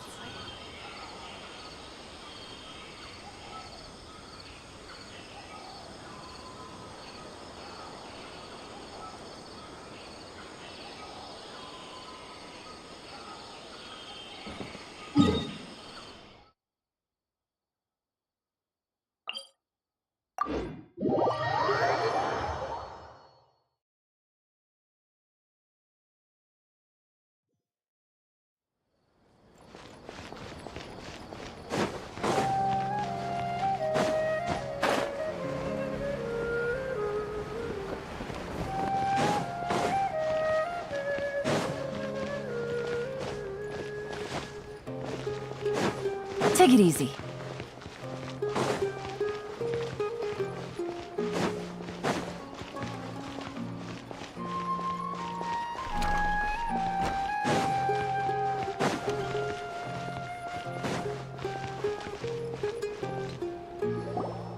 Well, there won't be any problems if the feast starts at that time. Everything has already been prepared. Mr. Zubair, I finished tallying things up here. Well, except for the guests. Is a simple reply really that much to ask of our guests? It's affecting our arrangements. Oh, it'll be fine. Besides, it never hurts to get things ready in advance. I was thinking the same thing. The feast will be held sooner or later, right? Hey, Nilu! Traveler, Paimon! We got your letter, so here we are! You're the best! The other guests haven't even replied yet. Huh? Are we the only ones that have arrived? Yeah. I had someone deliver letters to all of our guests. But maybe everyone is still busy with other things. Look, I get it. Sumeru is in an extremely important period of transition right now, but even if your friends are important figures, they shouldn't just ignore your request like this. Nilu is Sumeru's #1 celebrity, after all.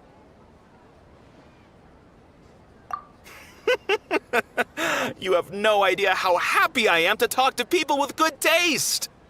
If you consider enjoying Nilu's dances having good taste, then almost everybody has good taste.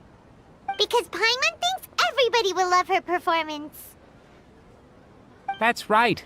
We all think she's amazing too. Nilu is an absolute favorite among those of us who frequent the Grand Bazaar. For Outlanders, you have a great eye. Master Zubair, let's have a vote for the most outstanding audience members next time. I think these two may win. Nonsense! It is not for us to determine the value of an audience. But indeed, we could try giving gifts to people with particularly good taste. I heard there's a device in Fontaine called a camera that can record people's appearances as pictures. Such pictures would make superb gifts. Ooh, good idea.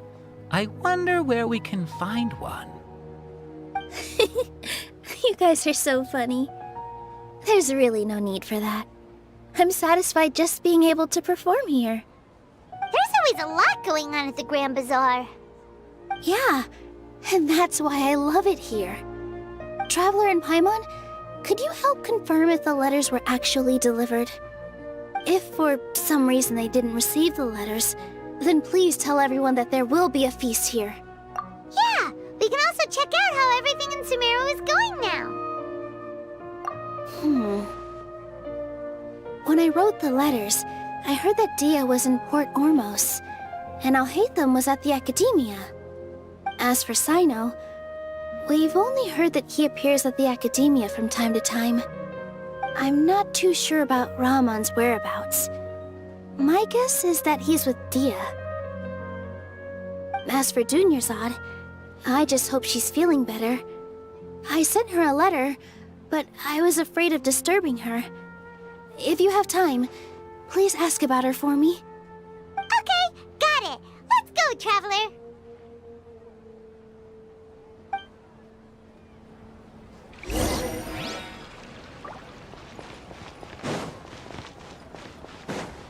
Welcome. Get your spices here. We've got all kinds.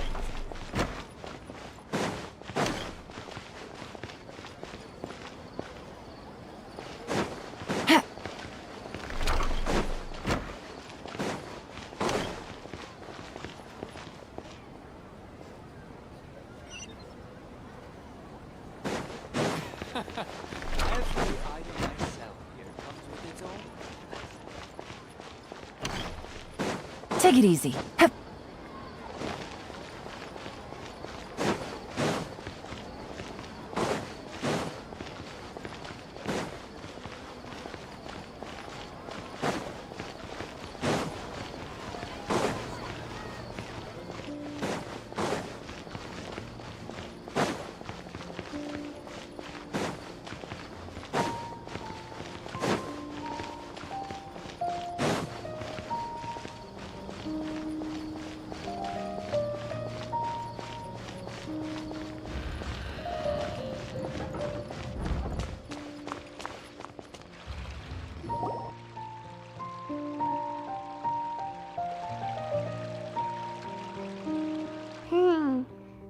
haven't seen Alhaitham anywhere.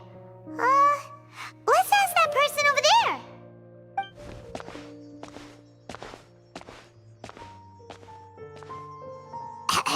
Hey there, have you seen Alhaitham around?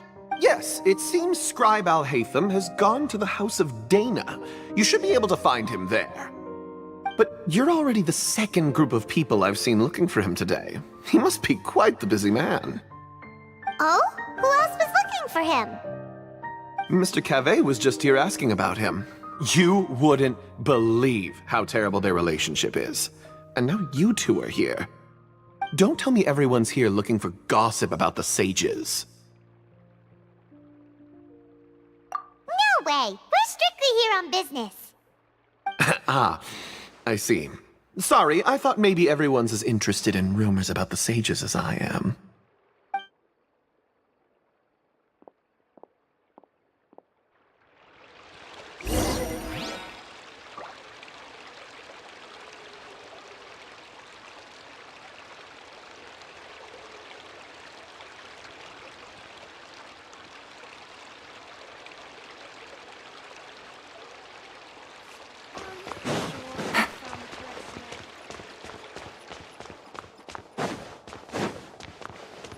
Take it easy.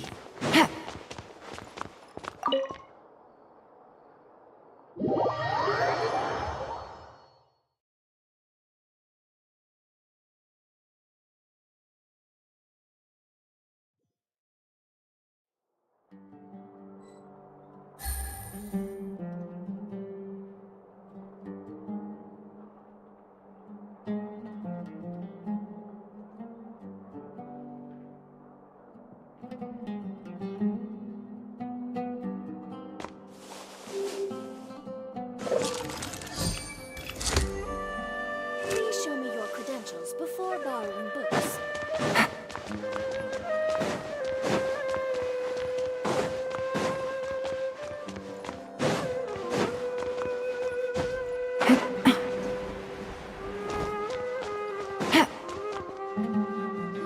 Alhaitham should be around here somewhere, right?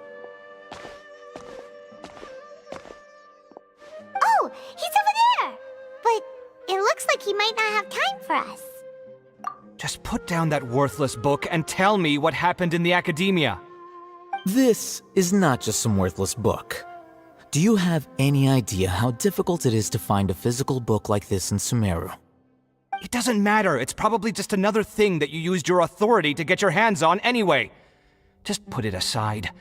Listen, I came back today only to hear that the sages have disappeared. Oh, you sound surprised. I thought you would already know the inside story. Would I be here asking you if I knew? You're the scribe, not me. So just tell me what you know already. Well, I almost became a sage. Huh? Oh, don't sound too surprised now. You're the renowned Kaveh, light of the Ksharawar. Besides, as a master builder and craftsman, chances are you'll be appointed as a sage too. Why do I feel like you don't really mean it? Huh. What makes you say that? Why would you question my heartfelt sincerity? Maybe it's because you've never said anything good about me before. Yeah, well, I share a similar sentiment, and anyone who knows you as well as I do would surely do the same. Ugh, you... See? This is why I hate discussing anything with you. Your ridiculous and arrogant attitude always gets in the way. It seems that you really can't stand my personality. Ha! What was your first clue? Well, then you might as well move out of my house. Are you threatening me? Stooping to a new low, I see. Ugh, and don't change the subject. You, a sage? What a joke. The academia might as well just close tomorrow. Are they having a fight? Forget what's going on with the academia. Haven't you been busy with your construction project? Tell me, when are you going to build yourself a mansion? Don't get me started. I get angry just thinking about it. So, What great building did our master architect work on this time? Like I need to tell you. Keep your nose out of my business. No, I think we deserve to know. Where were you when Sumeru needed you most? I was in the desert for a large project, but considering Haravatat's utter ignorance of architectural and aesthetic matters, you probably wouldn't understand. Ah, which is truly unfortunate. I can only pity the man who doesn't understand the first thing about beauty and romance. Unlike a true... Hold on, wait a second. What do you mean by when Sumeru needed me most? Well, while you were out fiddling around in the desert, many people came together to save Sumeru from a crisis. Ha! And you think I'd believe that? Look, all you really need to know is that Azar and all his accomplices have all been overthrown. Huh? What nonsense are you talking about? It's no skin off my nose if you don't believe me.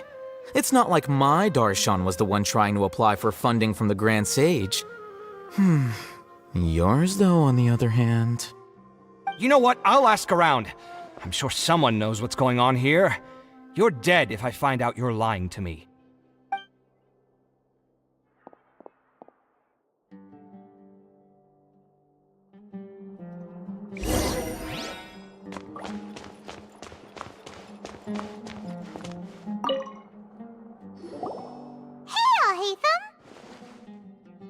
Oh, it's you two. What's the matter? We're running some errands for Nilu. Have you received her letter? Letter? Nilu said she sent out a letter inviting everyone to a celebration feast in 2 days at the Grand Bazaar. We'll also be celebrating Sino's reinstatement as General Mahamatra. If she addressed the letter to all Hatham of the Academia, then the letter should have gone to my office. I've been busy these days, so I haven't had time to check for any new mail at my office. I only now have some free time to attend to personal matters. Have you always been so busy with your work? Of course not. I'm only busy these days because several sages have been dismissed recently and the whole academia was practically turned upside down. Kainari told us they all went to train in the Avidia Forest. Apparently they will spend the rest of their lives there. That is already the best possible ending for the likes of them. 4 of the 6 great sages were possessed by their desire for power and attempted to create a new god. In order to pull it off, they even imprisoned the other 2 rational sages. To imagine such things could take place in the academia. I don't know where to begin. Yeah, you're right. Huh. Feels kinda strange to hear them called that after all this time. But then again, the 6 great schools sounded pretty impressive too. Yes, at least that's how they're supposed to sound. It's said that when the Academia was first founded, the Dendro Archon herself established the 6 great schools, each representing one of the 6 different types of wisdom. Numerous Darshans have sprung up and faded. Only the 6 Darshans attaching themselves to the 6 great schools have stood the test of time and obtained permanent seats in the Academia. Now, the 6 Darshans are nearly synonymous with the 6 great schools, and the leaders selected for the schools are the 6 great sages. Among the 6 great sages, there is one central leader, the Grand Sage. Unfortunately, only the sages from Vahumana and Amorta remain now. They were imprisoned for opposing Azar and were only rescued after Azar's downfall. So who's managing things in the other 4 schools now? Do they need to find someone new? Yes. Normally, new sages are selected based on a strict set of criteria. Oh, didn't you just say something about becoming a sage? If they pick you, then we'd have a huge connection in Sumeru. Yes, about that. You didn't let me finish my sentence. The person in charge of personnel affairs nominated me to be the Grand Sage in place of Azar and help Lesser Lord Kusanali manage the Academia. But I refused. Huh? But why? Ugh, can't you be a little more ambitious? I'm not even interested in being one of the 6 great sages. Like I said before, I don't like being a leader. Oh, all right. So are you busy these days trying to find others to take the job? That's not my job either. I'm only responsible for handling important affairs within the academia before the new sages take office.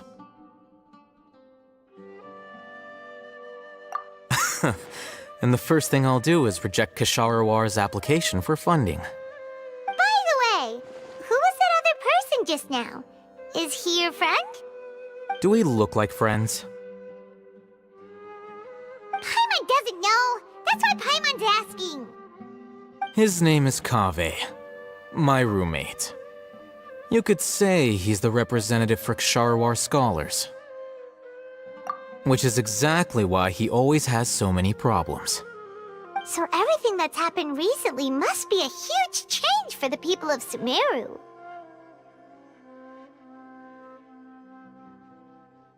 Such is the work of the Academia Scribe. Well, anyway, no matter how busy you are, since you are our planner, remember to attend the celebration feast in 2 days. Alright, I'll see you there.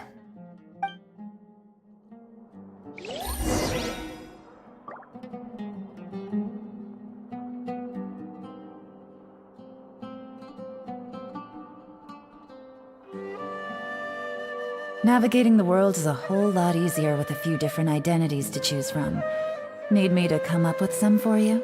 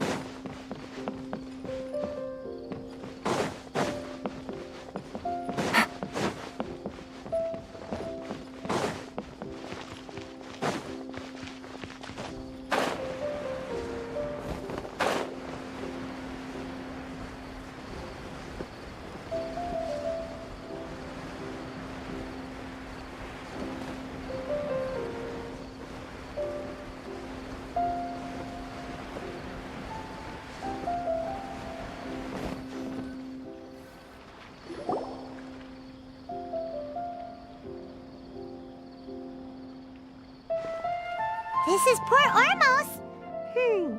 Now where could...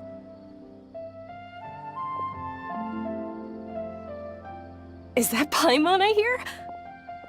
Huh? Oh, it's been a while. How are you doing? Dunyarzad! It's been so long since we've seen you! I'm doing well. I can go as far as saying I have never been happier in my entire life. I don't know if you've heard, but Elazar has completely disappeared, and all the patients have recovered. You kidding? Knowing them and the connections they've got, I'm sure they've heard about it. Yeah! That's right. My lady is feeling better now, so I'm accompanying her for a walk. Why do you still call me that, Dia? You've already informed my father of your resignation. I guess I'm just used to calling you my lady. Old habits die hard. Resignation? You mean you're quitting? Yeah, I might start losing my edge if I keep being a bodyguard for the Homayanis. You know that my parents and I are fond of you, and that we appreciate you very much. It wouldn't be a problem if you wish to continue to be our bodyguard. I'm not a woman that's easily persuaded. You should know that by now, my lady. When I took this job, I had already decided that I'd quit as soon as you'd recovered. It's time for me to get back out there and chase that horizon. So what are you gonna do now if you're not gonna be a bodyguard anymore? I want to take a risky job and put my body to the test again. Huh? But we literally just finished one of the most dangerous jobs ever! Are you getting bored already? I know. If I hadn't joined in that plan with you, I wouldn't have come up with this idea. I guess I still get fired up by that feeling of going all out in a fight. It made me realize that I'm still a mercenary through and through. Life is short, and I'm happy that I got to be a part of that operation. But the whole thing also made me realize that there are still many problems in Sumeru, and as a desert dweller, I'm still not completely ready to settle down on this side of the wall. Well, I remember a friend had someone bring you a message. You mean I'll hate them? I didn't expect him to still remember that. I thought he was joking. We just came from talking with Alhaitham at the Academia. Did he tell you that he suggested that I come work at the Academia? What? I heard that Azar and his cronies fell from power, and Alhaitham told me that now was a good time to find a job in the Academia, but only if I wanted to. Whoa. Paimon can't see you being anything other than a mercenary. Me neither. But I think Dia would look great dressed up as a scholar. Ugh, forget about it. I wouldn't last 10 seconds in there. Alhaitham probably just liked the way I worked and knew I'm good in a fight, so he suggested I find some work in the Academia. But you know, if you take him up on the offer, Sino might actually agree and let you become a Matra. Because you're super amazing! The Matra have all the talent they need as long as they have Sino. I prefer to be free to live however I choose. In fact, I chose this job from the very start because I knew it'd be right up my alley. Even if being a mercenary means facing all kinds of danger. A lion has to return to the wild sooner or later. If anything, being your bodyguard has been unfamiliar territory for me. I don't want to see you go, but I'll respect your decision. I'm glad to hear you say that. Come on, no need for the sad face. It's not like we'll never meet again. Once the whole Dendro Archon thing is settled, everything in Sumeru will take a turn for the better. That makes me happy too. But a peaceful society will probably mean less demand for mercenaries like me. Before long, we'll be a dying breed. So I'd better get to work while I still can. Huh? But wait a second! You make it sound like you're leaving now! Well, no, not yet at least. I promised my lady I'd stick around until next week. So, have you been in Port Ormos this entire time? We were wondering if you had received a letter from Nilu. Oh, did Nilu write to us? She heard that you were seen in Port Ormos, so she sent the letter here. Huh. It was probably sent to the inn that we're staying at. My lady has been very energetic lately, and keeps taking me on hikes, staying out even into the night. By the time we get back, the receptionist is usually off napping on the job. Right, and we tend to leave quite early in the morning, so the old man on duty is also usually dozing off. So what it really sounds like is that the person on duty is always asleep. I bet the letter's at the reception desk. I'll go check later. No wonder there wasn't a reply. You never received the letter. Good thing Nilu asked us to come and check on that. Sorry to make you two come all the way out here. It must be something important for Nilu to specifically write to us like that. Yes, she said they were preparing a victory feast in the Grand Bazaar, and will also be celebrating Sino's reinstatement as General Mahamatra. She was hoping you could come. Great! I'll be sure to attend. Count me in too. But is there some sort of dress code or anything for the feast? Can I just show up looking? Since it's being organized by Nilu, I don't think she'll be too picky about that. If anything, I think she wants to see us as our most natural selves. All right, then this is how I'll show up. The feast will be held in 2 days, so don't forget. Sure. Thank you so much for letting us know. We'll see you there. Oh, by the way, do you happen to know where Sino and Raman are? The General Mahamatra always comes and goes without a trace. Normally no one knows his whereabouts. Oh. But last time we met, he mentioned that he had something to do in Aru village. You can try your luck there. As for Raman, your guess is as good as mine. I only remember he said that he had something to discuss with Sino. You can ask Sino when you meet him. Don't mention it. You better get going. All right, on to our next stop.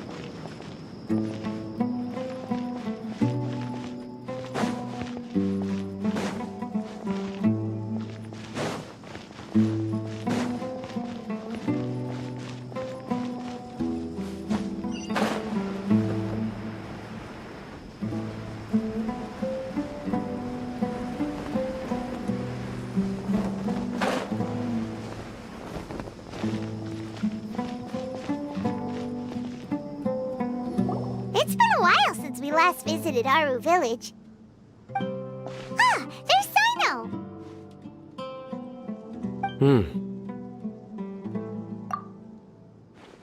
What brings you here? We recovered well, and Tanari agreed to let us leave, so now we're out and about again. It seems Gandharvaville's medical treatment is still as good as ever. Mm-hmm, and Tanari is recovering well, too. That's good to hear. Yeah, you're the one who brought us to him when we lost consciousness, right? Thanks for that. You're welcome. Tainari has excellent medical skills, and Kale is quite attentive. It was the best place for you. But why are you just standing here like a dead tree? I'm meeting some people. Oh, you mean Candace? I've already talked with Candace and the village chief. They're still at the usual place. You can go there if you'd like to see them. But you know one of the people I'm meeting as well. Oh, by King Deshret's blessing, my friend suddenly appears in the desert. Don't tell me you've run into trouble and need us to help now. Roman! And... huh? Sataria? Oh, you know me? Oh, well, you're pretty famous in the academia. Don't worry, these are our friends. No need to be so guarded. I see. I'm doing well. Many good things have happened recently. Same here. Really, I feel that my whole life has started to shine after suddenly finding a new direction. Oh, tell us everything.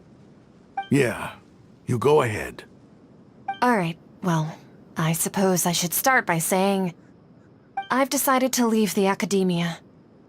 What? It's not that I've given up on being a scholar.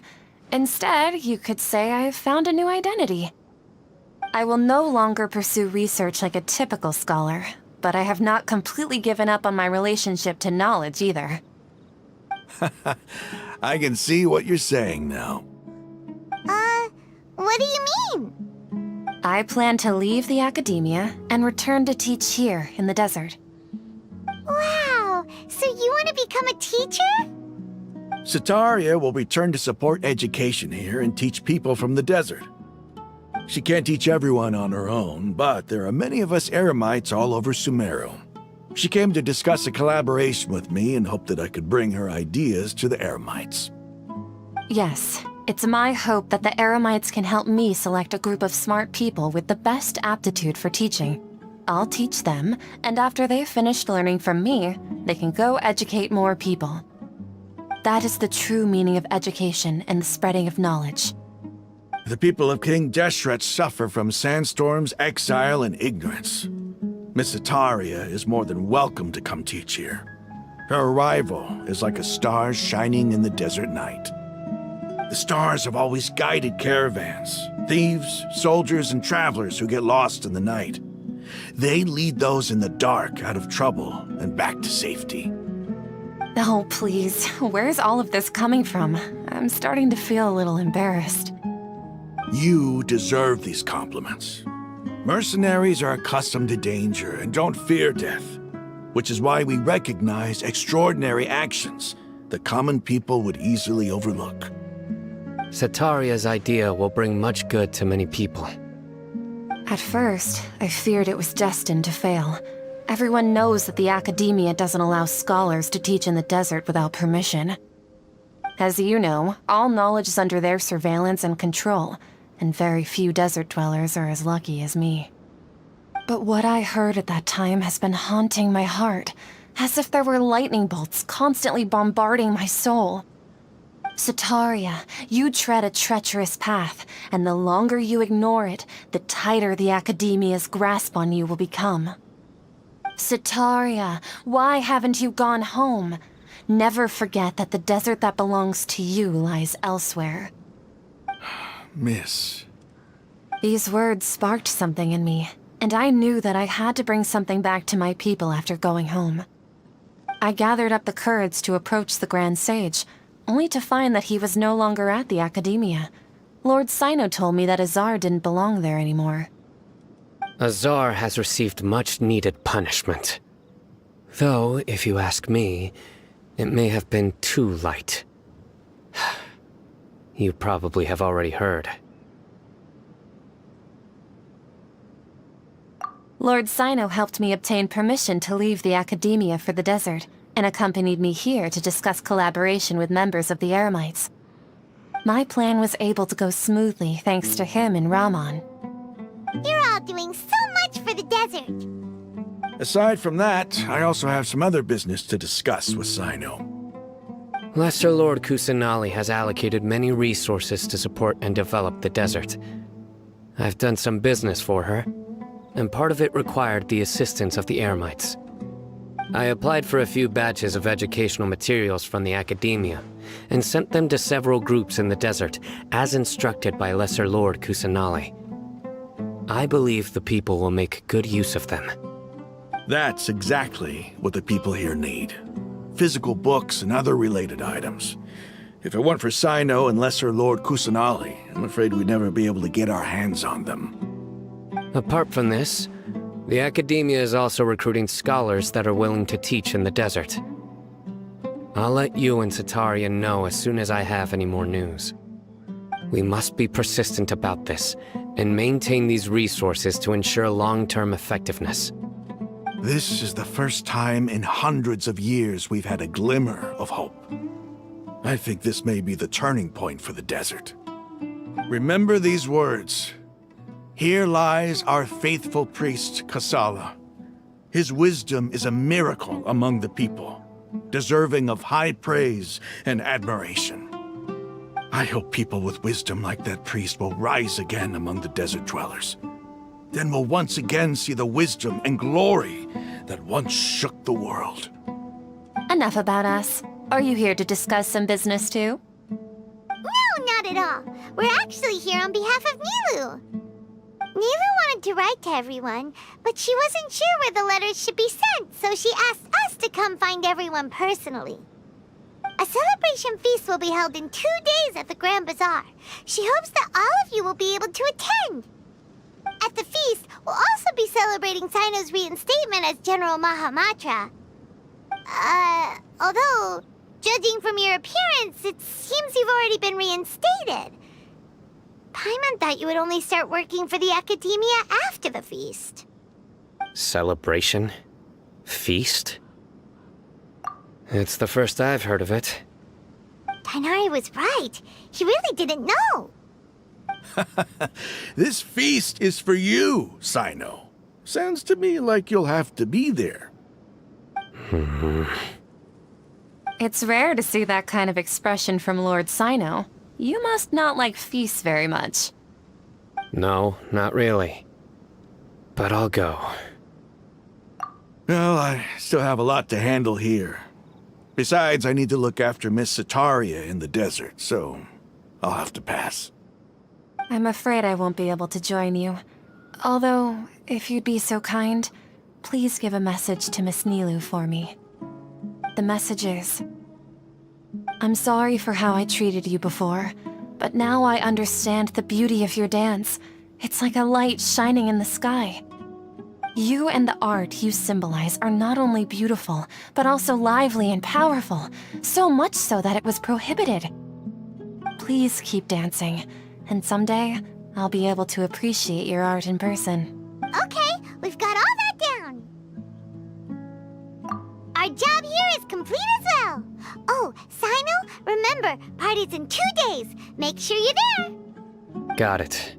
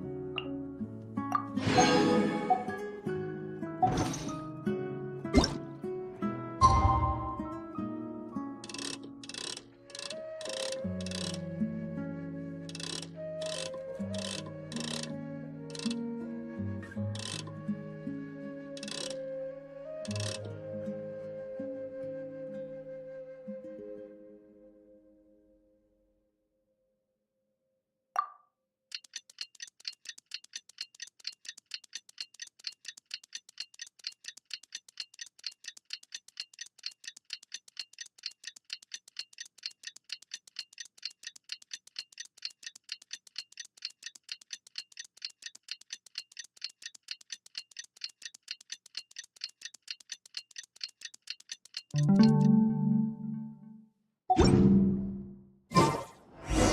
the big day! Let's go to the Grand Bazaar and see how the celebration's coming along.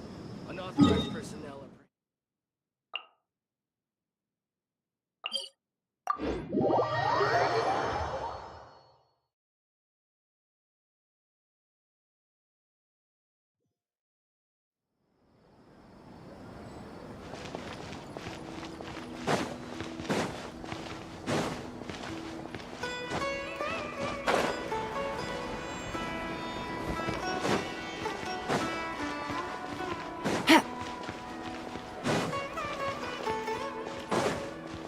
Take it easy.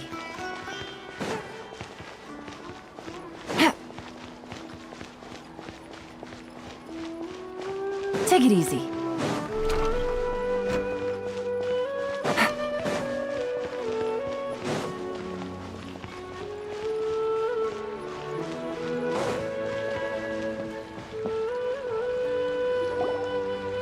Everybody's already here. Looks like we're the last ones to arrive. You're here. Ah, there you are. Well, look who finally decided to show up. You look like you came here immediately after finishing up some work. I'm very happy to see you here. But we're not late, are we? It's just that everyone else arrived ahead of time. I propose that the last one who arrived be put in charge of today's speeches. Nah, there won't be any speeches today. Oh, really? Well, even better. Come join us over here. Let's share some great food and drinks, and chat about all sorts of fun things. Everything looks quite good. Wow! Paimon can't wait! Traveler, just look at all the delicious food here!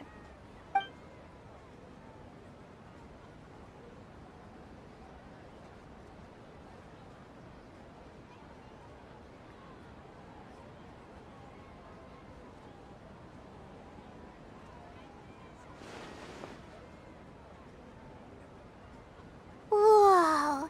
It's so delicious! Oh, this grilled meat tastes amazing! The food was specially prepared for you by everyone in the Grand Bazaar. And we have gifts that were sent by the residents of Sumeru City when they heard we were holding a feast. Everyone that came said that you saved Sumeru, and wanted me to thank you all on their behalf. Ah, feels kinda nice to be seen as a hero. I could get used to this. Being a bodyguard is also a hero's job. You've always been amazing, Dia. My lady sure has a way with words. Thanks. I'm glad to hear it. And I'm happy to meet everyone that participated in the great plan. Don't mention it. Come to think of it, we've really done something impressive together. It's unbelievable! We owe it to our abilities. And luck. Really? Why do I remember everybody thinking that luck was against us and feeling like we hardly had a chance of succeeding? That's how I remember it too. It's luck that brought us together, and it was luck that let us form a team. Then, it took even more luck for us to formulate a plan and implement it successfully. Moreover, judging from the results, everything worked out well. Yeah, everyone gave it their all when it mattered most. It was almost like a performance. We took the stage and put on our best show. Everyone played their part, and thanks to everyone's efforts, the performance was a great success. So, would you say we're good actors too? It's such a blessing that Lesser Lord Kusanali was able to return to power at the Academia. Yes! Even after being abandoned and neglected so many times, she's finally returned. Uh-huh. Lesser Lord Kusanali once used all her power in a great disaster, which resulted in her losing all her wisdom and memories of the past. The Academia basically abandoned her because of it. This should be something everybody should remember. Huh? You look surprised. I didn't say anything wrong, did I? No, everything you said is correct. That's good. Something wrong? Yeah, what's with that face? You knew all of this already. Even if those two giants of the Academia are here, I still have to say it. Those sages really have some nerve. 500 years ago, Lesser Lord Kusanali used all her power for the people of Sumeru, and what did they do in return?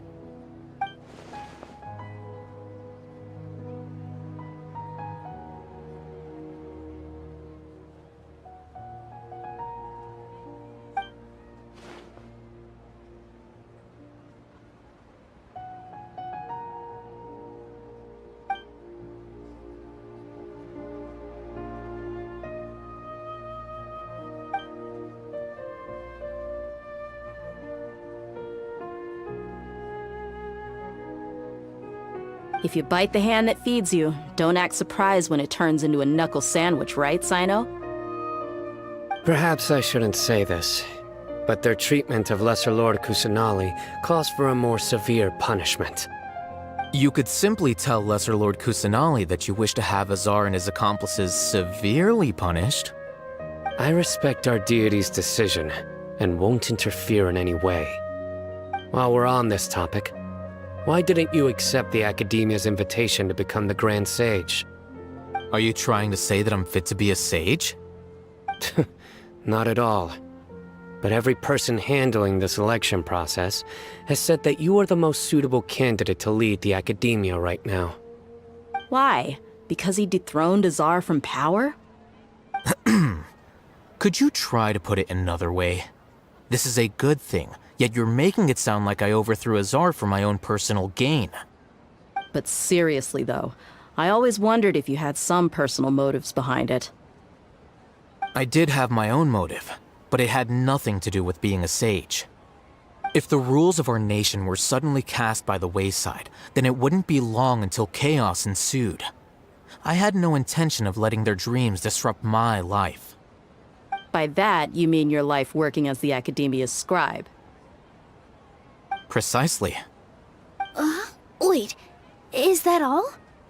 So, that's the only reason why you joined us and came up with all those plans? It's reason enough. You've certainly got quite the personality. You flatter me. All right then. How about you? You've already resumed work as the General Mahamatra, right? That's right. Will you be happy with that life? It's not about being happy. There are merely a lot of things that I must do. Even so, keep your spirits up and try to be happy, okay? And try to smile more every day, just like I'm doing now. Thank you. I'll keep that in mind.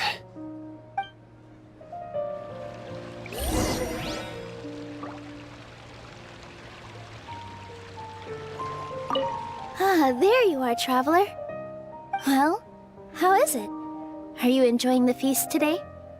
If there's anything you're unhappy with, just let me know. I'll be sure to take note of it. That's good.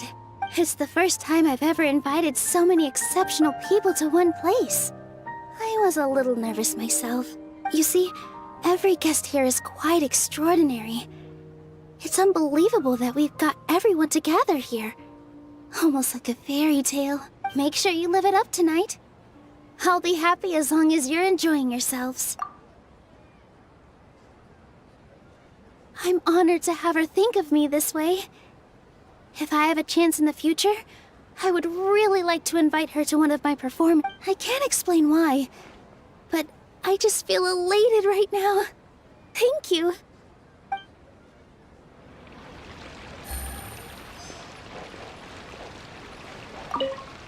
I seldom participate in such lively gatherings, but the atmosphere here is quite good.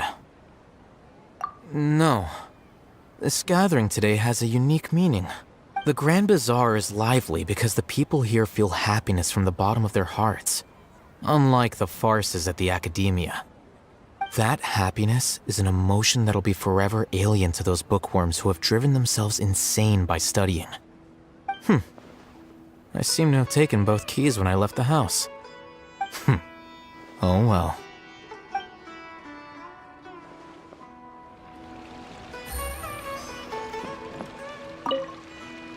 My lady, the grilled meat over there is delicious. Have you tried it? Yes, I also tried some fruit just now. Oh, they're very sweet. What an amazing place to relax. No wonder everybody likes to rest at the Grand Bazaar. You said it. Oh, look who else is here. Hello! Oh, I'm so happy Nilu invited everybody. Oh, now I have the chance to meet all the heroes.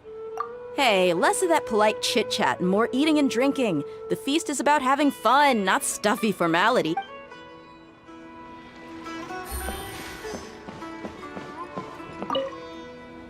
The atmosphere here is good, and everything is delicious. Yeah, I don't often come to such places, but it feels quite good. I have a lot to handle these days. Otherwise, I could show you around. There's always next time. We're friends after all. This...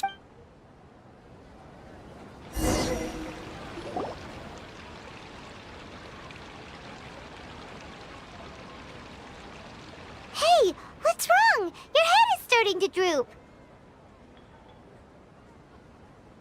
Hey, you can't just fall asleep here. Paimon will go find something delicious for you to eat. You'll wake up once you've put something yummy in your tummy. Of course, just wait here for Paimon.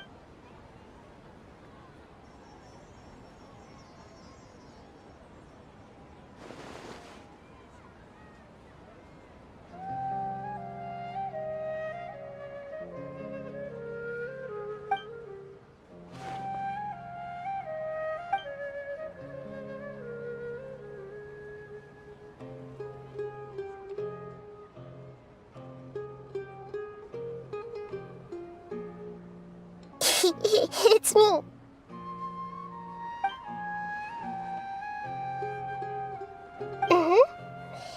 You may blame me for being a bit too self-indulgent.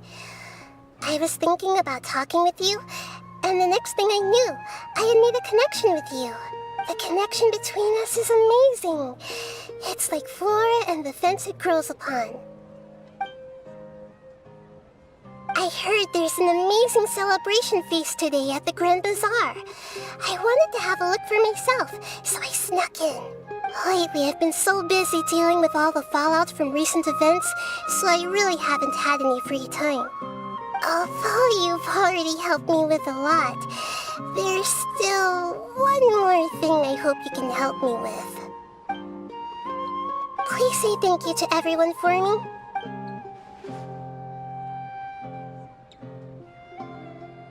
Oh, is it not convenient for you to do that for me? But if I just show up all of a sudden, people will become all quiet and stiff. What if I end up scaring them and ruining this wonderful feast? That'd be the last thing.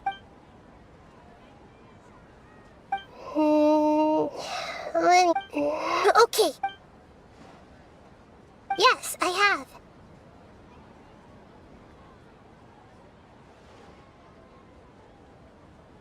You said I should go thank everyone as myself, right? So... I've decided to borrow your body for the time being. Please don't blame me. The flora also climbs up to the fence to get closer to the sky.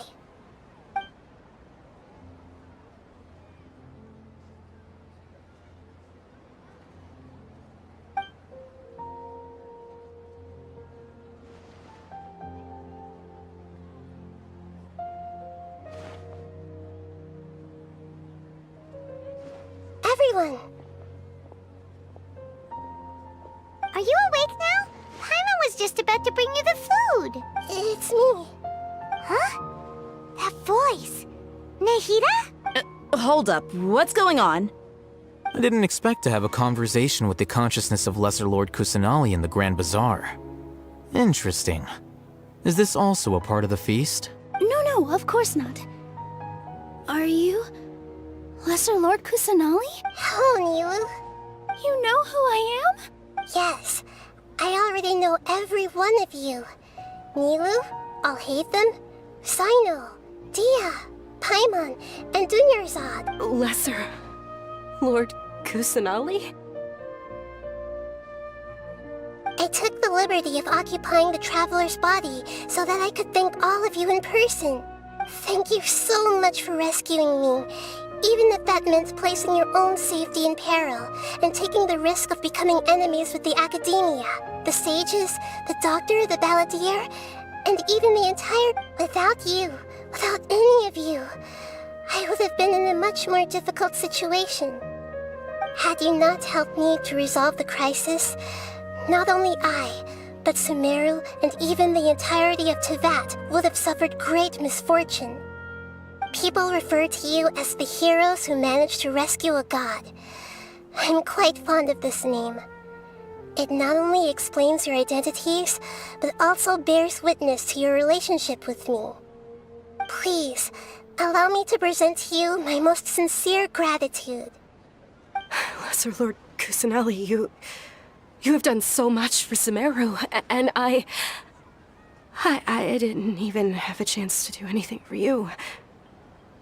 Dunyarzad, the suffering you endured during your illness is also proof of you being with me and praying for me. Thank you. You don't need to be so ceremonious. It's always been my duty to protect you. This is how the relationship between the Academia and Dendro Archon should be. We just did what was necessary and set things back on the right path. You're an Archon, but you act so humble. You really don't need to be so polite with us. I'm honored to have been able to take part in this plan. I hoped you liked the dance I dedicated to you. Thank you, all of you. Thank you so much.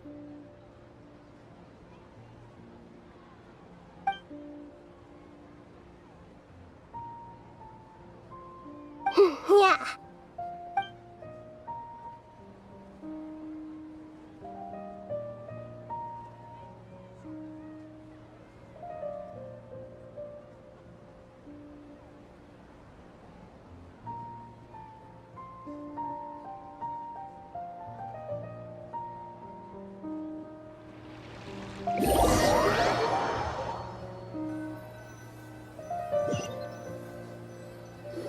Are you awake? Did you rest well? After Nahida left, you ate a lot of food. You've become a glutton. That just means you still have a lot to learn from Master Paimon, the Sage of Gluttony. Alright, since you're awake now, should we go and have a chat with Nahida? She should be in the Academia right about now. If you have any questions, now's your chance to ask.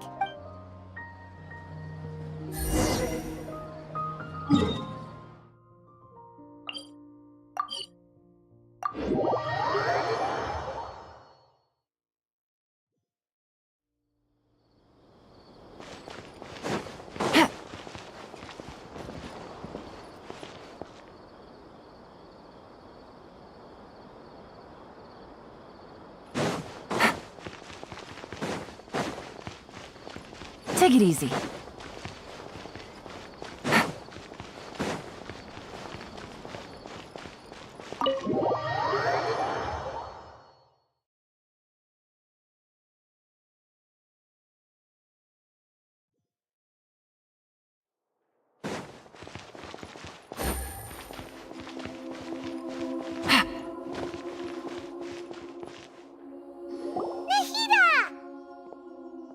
Hello, Traveler and Paimon.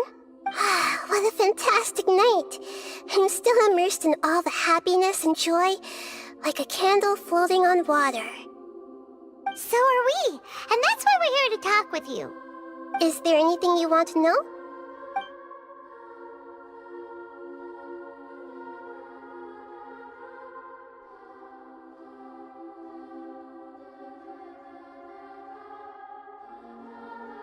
Is that where you're headed next? Fontaine, the Nation of Justice? As far as I know, that nation operates in a judicial system. Does their archon personally judge people? No, there's a Chief Justice in Fontaine. Generally speaking, the Hydra Archon, Focalor, won't preside over individual trials. However, even then, Focalor will still make herself present at just about every trial. It seems that she just likes to immerse herself in that sort of atmosphere. As Archon, she still reserves the right to influence the final verdict. Anyway, let's just say she's got, a very unique personality.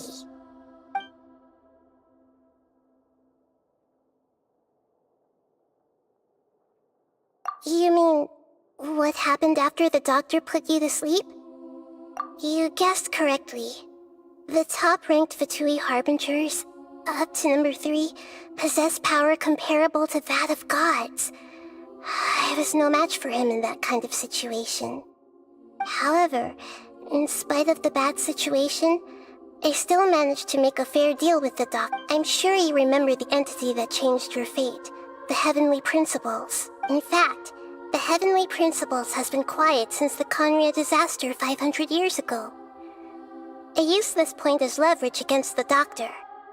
I told him that the Heavenly Principles may be awakened if I destroy the Gnosis. Although it was just a bluff, he still fell for it. I assumed that the Heavenly Principles wouldn't just stand by and let such extensive damage to its laws take place. And as for what I exchanged for the Gnosis, the exchange served as both punishment for the doctor, as well as a boon of new knowledge that I couldn't refuse as the God of Wisdom. Are you sure? Isn't there something else you haven't asked about yet? Huh? You mean... About your brother. While you were resting at Gandharvaville, I took some time to perform an Irminsul search for information on your brother.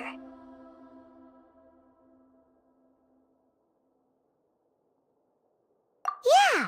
Isn't Irminsul a repository for all the information and memories of Tevat? So there shouldn't be anything on her or her brother.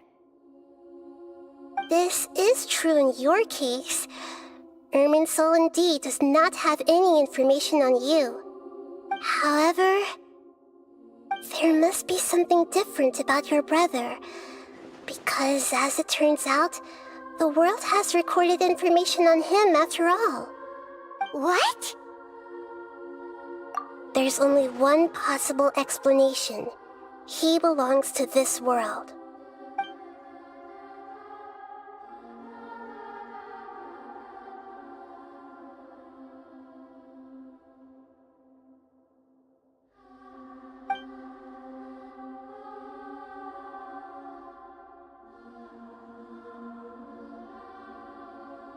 But nothing about this makes any sense! Wasn't this your first trip to Tevat? According to the records I was able to access, your sibling suddenly appeared in Conria. After the Conria disaster, he began his journey through the 7 nations of Tevat. But just as his journey was about to reach its conclusion, the Irminsul records on him suddenly become fuzzy. What do you mean, fuzzy? Did something happen to him? All I know for sure is that somebody, for reasons only they can know, is deliberately obfuscating his fate. And whoever it is, if they can do that, who knows what else they're capable of.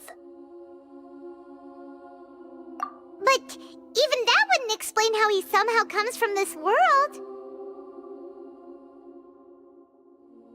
Something else I noticed was that according to these records, the Fatui have not classified your sibling as one of the Descenders.